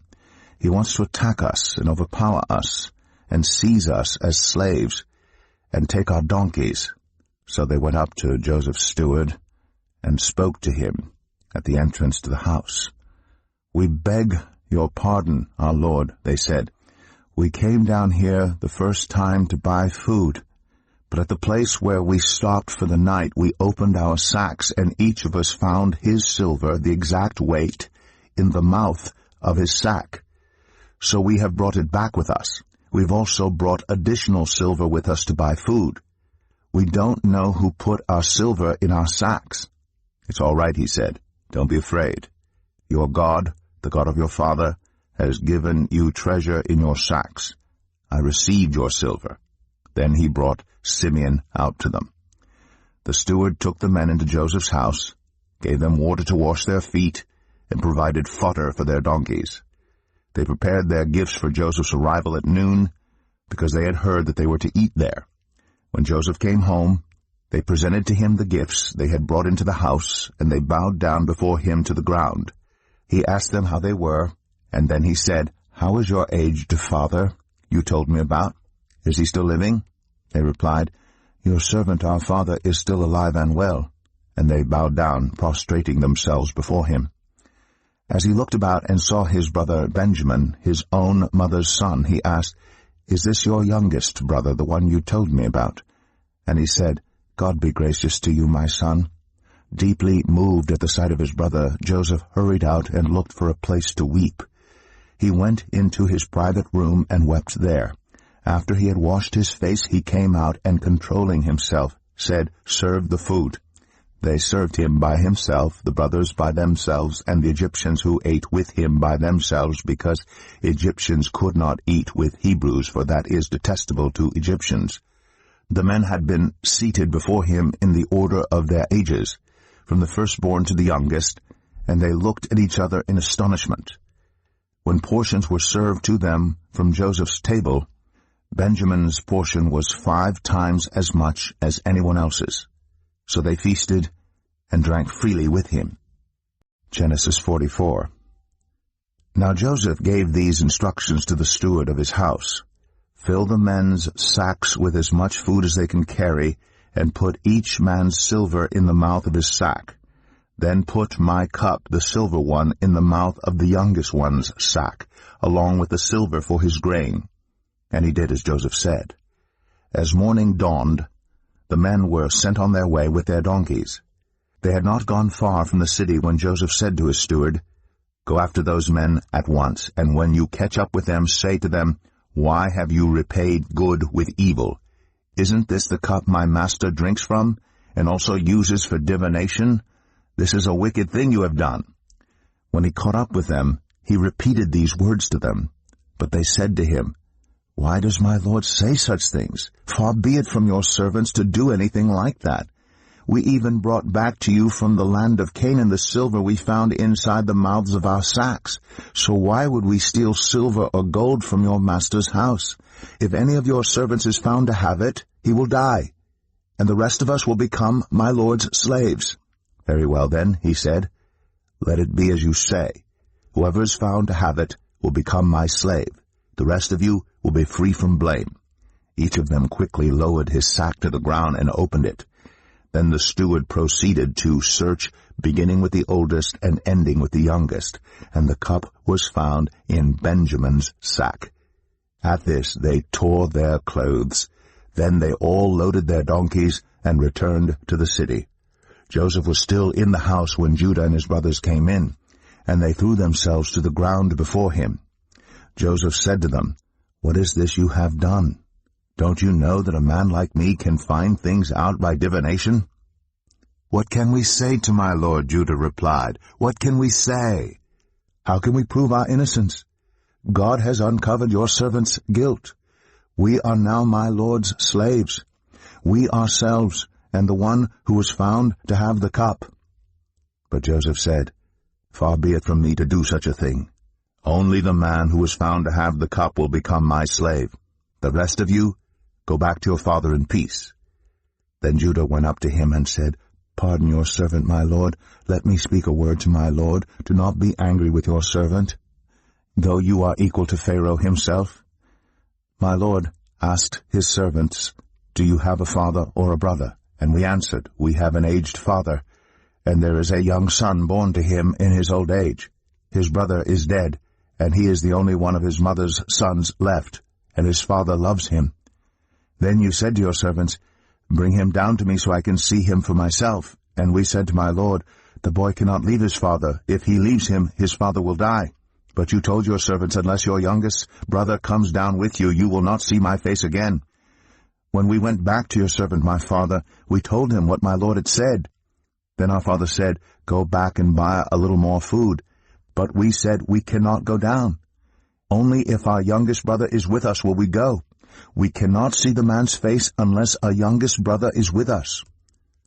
Your servant my father said to us, 'You know that my wife bore me 2 sons. One of them went away from me, and I said, "He has surely been torn to pieces," and I have not seen him since.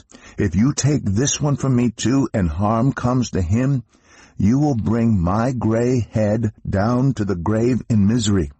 So now, if the boy is not with us when I go back to your servant my father, and if my father, whose life is closely bound up with the boy's life, sees that the boy isn't there, he will die. Your servants will bring the gray head of our father down to the grave in sorrow. Your servant guaranteed the boy's safety to my father.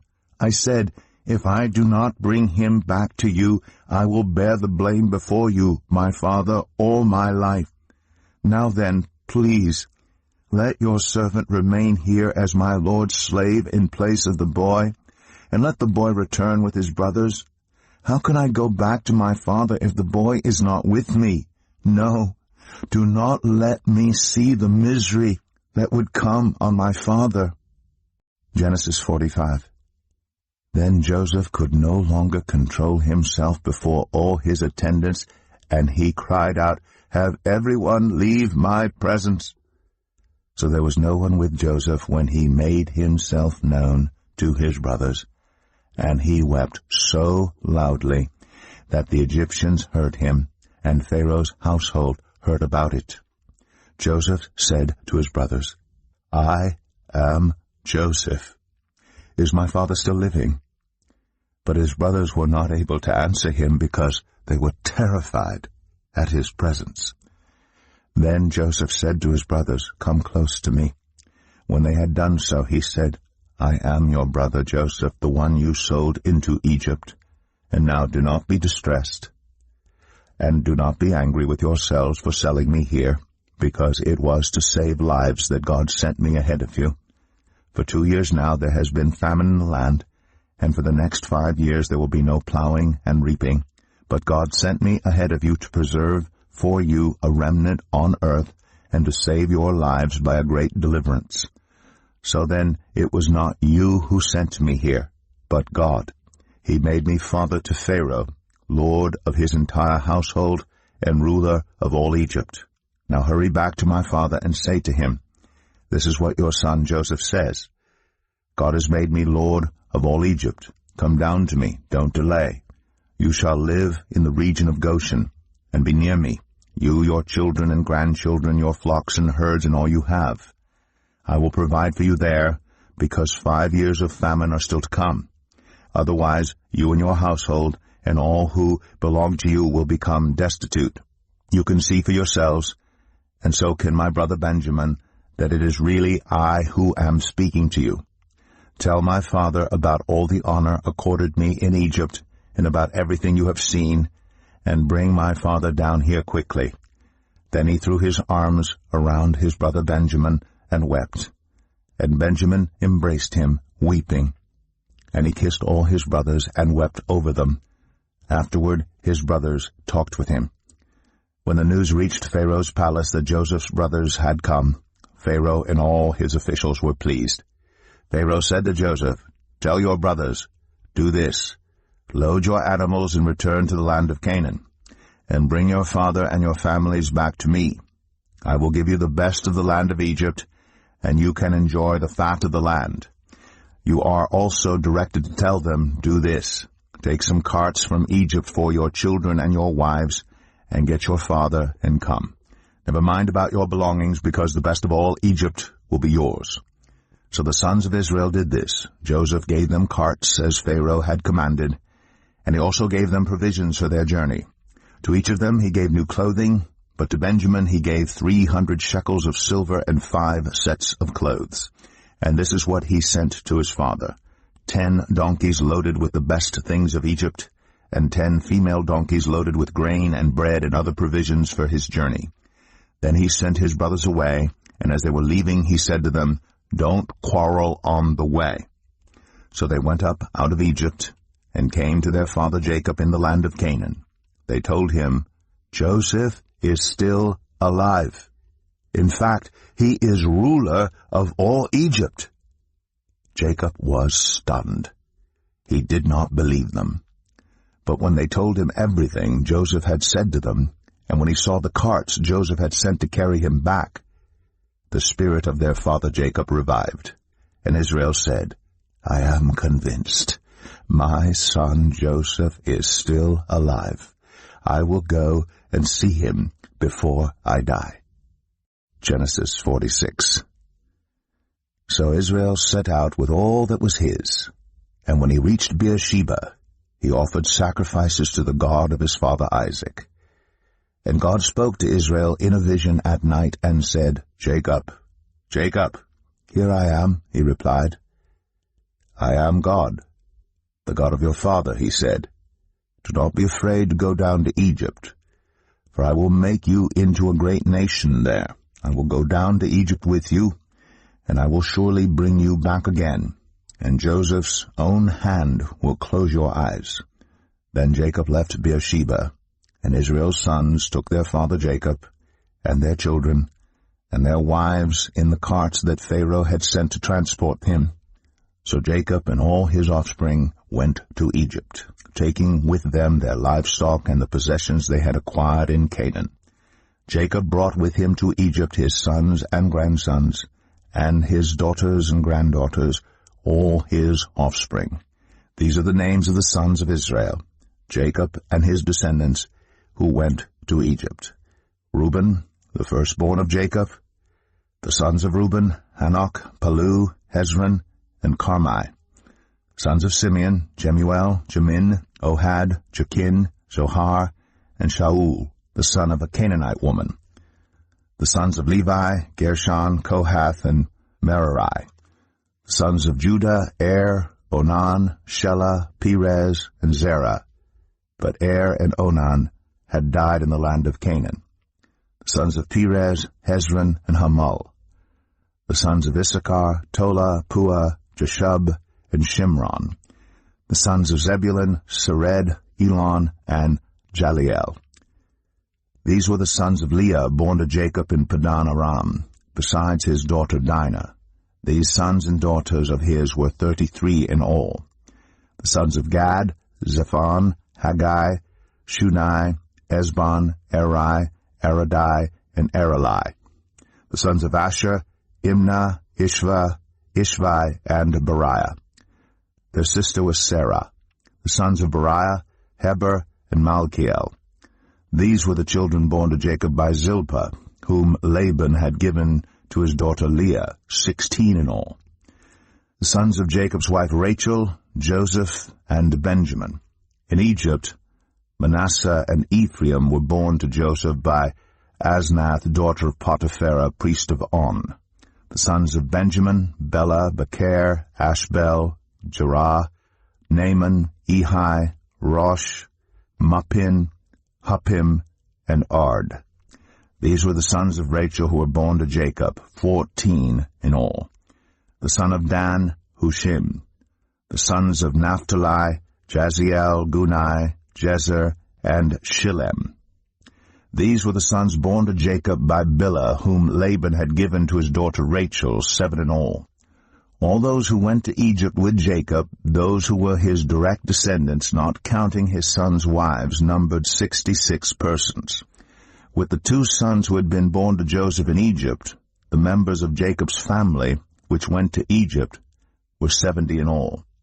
Now Jacob sent Judah ahead of him to Joseph to get directions to Goshen. When they arrived in the region of Goshen, Joseph had his chariot made ready and went to Goshen to meet his father Israel. As soon as Joseph appeared before him, he threw his arms around his father and wept for a long time. Israel said to Joseph, "Now I am ready to die, since I have seen for myself that you are still alive." Then Joseph said to his brothers and to his father's household, "I will go up and speak to Pharaoh, and will say to him, 'My brothers and my father's household, who are living in the land of Canaan, have come to me. The men are shepherds. They tend livestock, and they have brought along their flocks and herds and everything they own. When Pharaoh calls you in and asks, "What is your occupation?" you should answer, "Your servants have tended livestock from our boyhood on, just as our fathers did." Then you will be allowed to settle in the region of Goshen, for all shepherds are detestable to the Egyptians. Genesis 47. Joseph went and told Pharaoh, "My father and brothers, with their flocks and herds and everything they own, have come from the land of Canaan and are now in Goshen."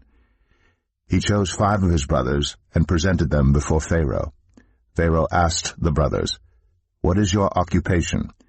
"Your servants are shepherds," they replied to Pharaoh, "just as our fathers were." They also said to him, "We have come to live here for a while, because the famine is severe in Canaan, and your servants' flocks have no pasture. So now, please let your servants settle in Goshen." Pharaoh said to Joseph, "Your father and your brothers have come to you, and the land of Egypt is before you. Settle your father and your brothers in the best part of the land. Let them live in Goshen.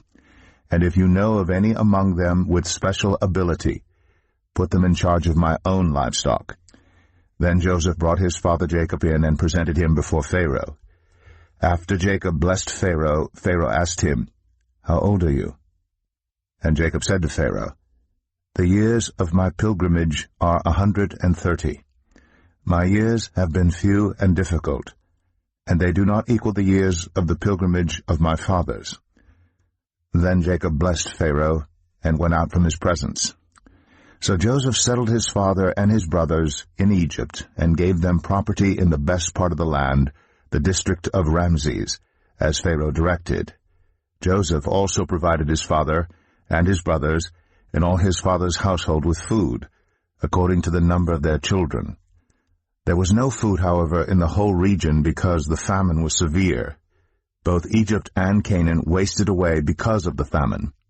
Joseph collected all the money that was to be found in Egypt and Canaan in payment for the grain they were buying, and he brought it to Pharaoh's palace. When the money of the people of Egypt and Canaan was gone, all Egypt came to Joseph and said, "Give us food. Why should we die before your eyes? Our money is all gone." "Then bring your livestock," said Joseph. "I will sell you food in exchange for your livestock, since your money is gone." So they brought their livestock to Joseph, and he gave them food in exchange for their horses, their sheep and goats, their cattle and donkeys, and he brought them through that year with food in exchange for all their livestock. When that year was over, they came to him the following year and said, "We cannot hide from our Lord the fact that since our money is gone and our livestock belongs to you, there is nothing left for our Lord except our bodies and our land. Why should we perish before your eyes, we and our land as well? Buy us and our land in exchange for food, and we with our land will be in bondage to Pharaoh. Give us seed so that we may live and not die, and that the land may not become desolate." So Joseph bought all the land in Egypt for Pharaoh. The Egyptians, one and all, sold their fields because the famine was too severe for them.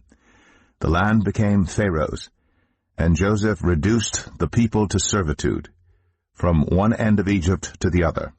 However, he did not buy the land of the priests, because they received a regular allotment from Pharaoh, and had food enough from the allotment Pharaoh gave them. That is why they did not sell their land. Joseph said to the people, "Now that I have bought you and your land today for Pharaoh, here is seed for you, so you can plant the ground. But when the crop comes in, give 1/5 of it to Pharaoh. The other 4/5 you may keep as seed for the fields, and as food for yourselves and your households and your children." "You have saved our lives," they said. "May we find favor in the eyes of our Lord. We will be in bondage to Pharaoh." So Joseph established it as a law concerning land in Egypt, still in force today, that 1/5 of the produce belongs to Pharaoh. It was only the land of the priests that did not become Pharaoh's. Now the Israelites settled in Egypt in the region of Goshen. They acquired property there, and were fruitful and increased greatly in number. Jacob lived in Egypt 17 years, and the years of his life were 147. When the time drew near for Israel to die, he called for his son Joseph and said to him, "If I have found favor in your eyes, put your hand under my thigh and promise that you will show me kindness and faithfulness. Do not bury me in Egypt, but when I rest with my fathers, carry me out of Egypt and bury me where they are buried." "I will do as you say," he said. "Swear to me," he said. Then Joseph swore to him, and Israel worshipped as he leaned on the top of his staff.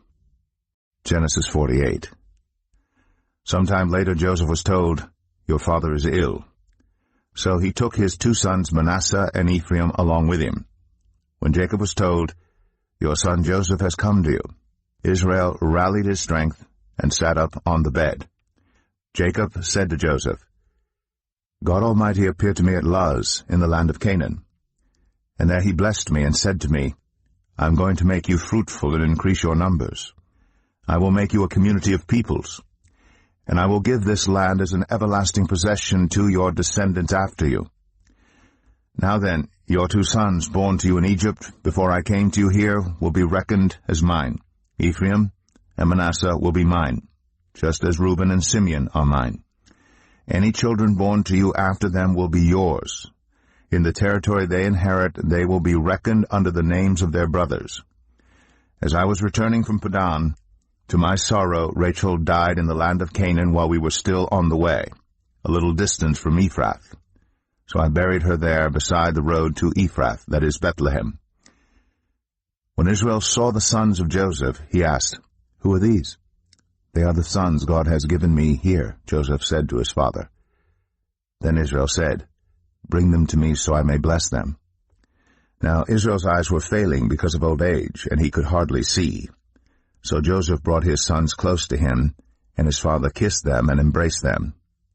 Israel said to Joseph, "I never expected to see your face again, and now God has allowed me to see your children too." Then Joseph removed them from Israel's knees and bowed down with his face to the ground. And Joseph took both of them, Ephraim on his right toward Israel's left hand, and Manasseh on his left toward Israel's right hand, and brought them close to him. But Israel reached out his right hand and put it on Ephraim's head, though he was the younger, and crossing his arms he put his left hand on Manasseh's head, even though Manasseh was the firstborn. Then he blessed Joseph and said, "May the God before whom my fathers Abraham and Isaac walked faithfully, the God who has been my shepherd all my life to this day, the angel who has delivered me from all harm, may he bless these boys. May they be called by my name and the names of my fathers Abraham and Isaac, and may they increase greatly on the earth." When Joseph saw his father placing his right hand on Ephraim's head, he was displeased, so he took hold of his father's hand to move it from Ephraim's head to Manasseh's head. Joseph said to him, "No, my father, this one is the firstborn.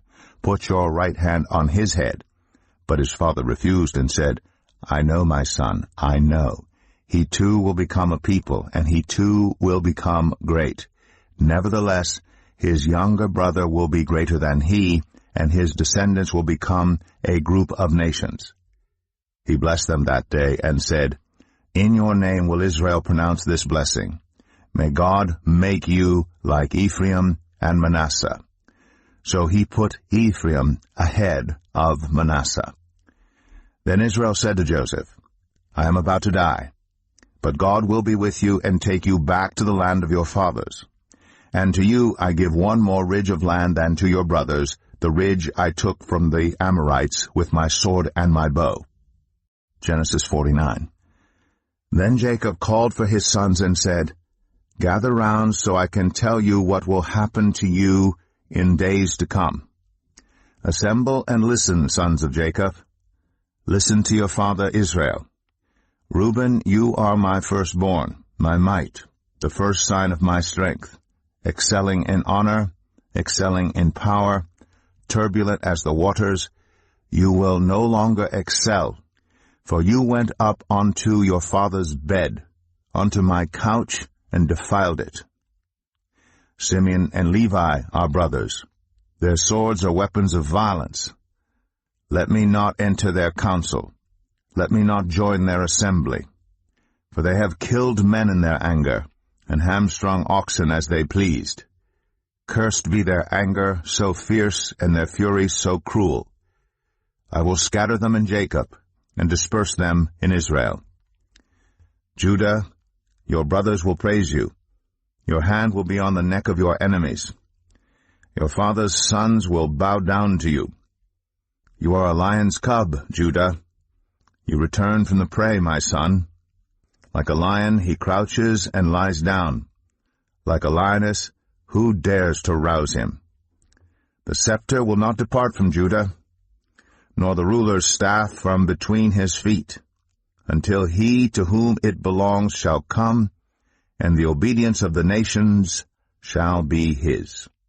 He will tether his donkey to a vine, his colt to the choicest branch. He will wash his garments in wine, his robes in the blood of grapes. His eyes will be darker than wine, his teeth whiter than milk. Zebulun will live by the seashore and become a haven for ships. His border will extend toward Sidon. Issachar is a raw-boned donkey lying down among the sheep pens. When he sees how good is his resting place and how pleasant is his land, he will bend his shoulder to the burden and submit to forced labor. Dan will provide justice for his people, as one of the tribes of Israel. Dan will be a snake by the roadside, a viper along the path, that bites the horse's heels so that its rider tumbles backward. I look for your deliverance, Lord. Gad will be attacked by a band of raiders, but he will attack them at their heels. Asher's food will be rich. He will provide delicacies fit for a king. Naphtali is a doe set free that bears beautiful fawns. Joseph is a fruitful vine near a spring whose branches climb over a wall. With bitterness archers attacked him. They shot at him with hostility, but his bow remained steady. His strong arm stayed limber. Because of the hand of the mighty one of Jacob, because of the shepherd, the rock of Israel, because of your father's God who helps you, because of the Almighty who blesses you, with blessings of the skies above, blessings of the deep springs below, blessings of the breast and womb. Your father's blessings are greater than the blessings of the ancient mountains, than the bounty of the age-old hills. Let all these rest on the head of Joseph, on the brow of the prince among his brothers. Benjamin is a ravenous wolf. In the morning he devours the prey. In the evening he divides the plunder. All these are the 12 tribes of Israel, and this is what their father said to them when he blessed them, giving each the blessing appropriate to him. Then he gave them these instructions. I am about to be gathered to my people. Bury me with my fathers in the cave in the field of Ephron the Hittite, the cave in the field of Machpelah, near Mamre in Canaan, which Abraham bought along with the field as a burial place from Ephron the Hittite. There Abraham and his wife Sarah were buried. There Isaac and his wife Rebekah were buried. And there I buried Leah. The field and the cave in it were bought from the Hittites. When Jacob had finished giving instructions to his sons, he drew his feet up into the bed, breathed his last, and was gathered to his people. Genesis 50. Joseph threw himself on his father and wept over him and kissed him. Then Joseph directed the physicians in his service to embalm his father Israel.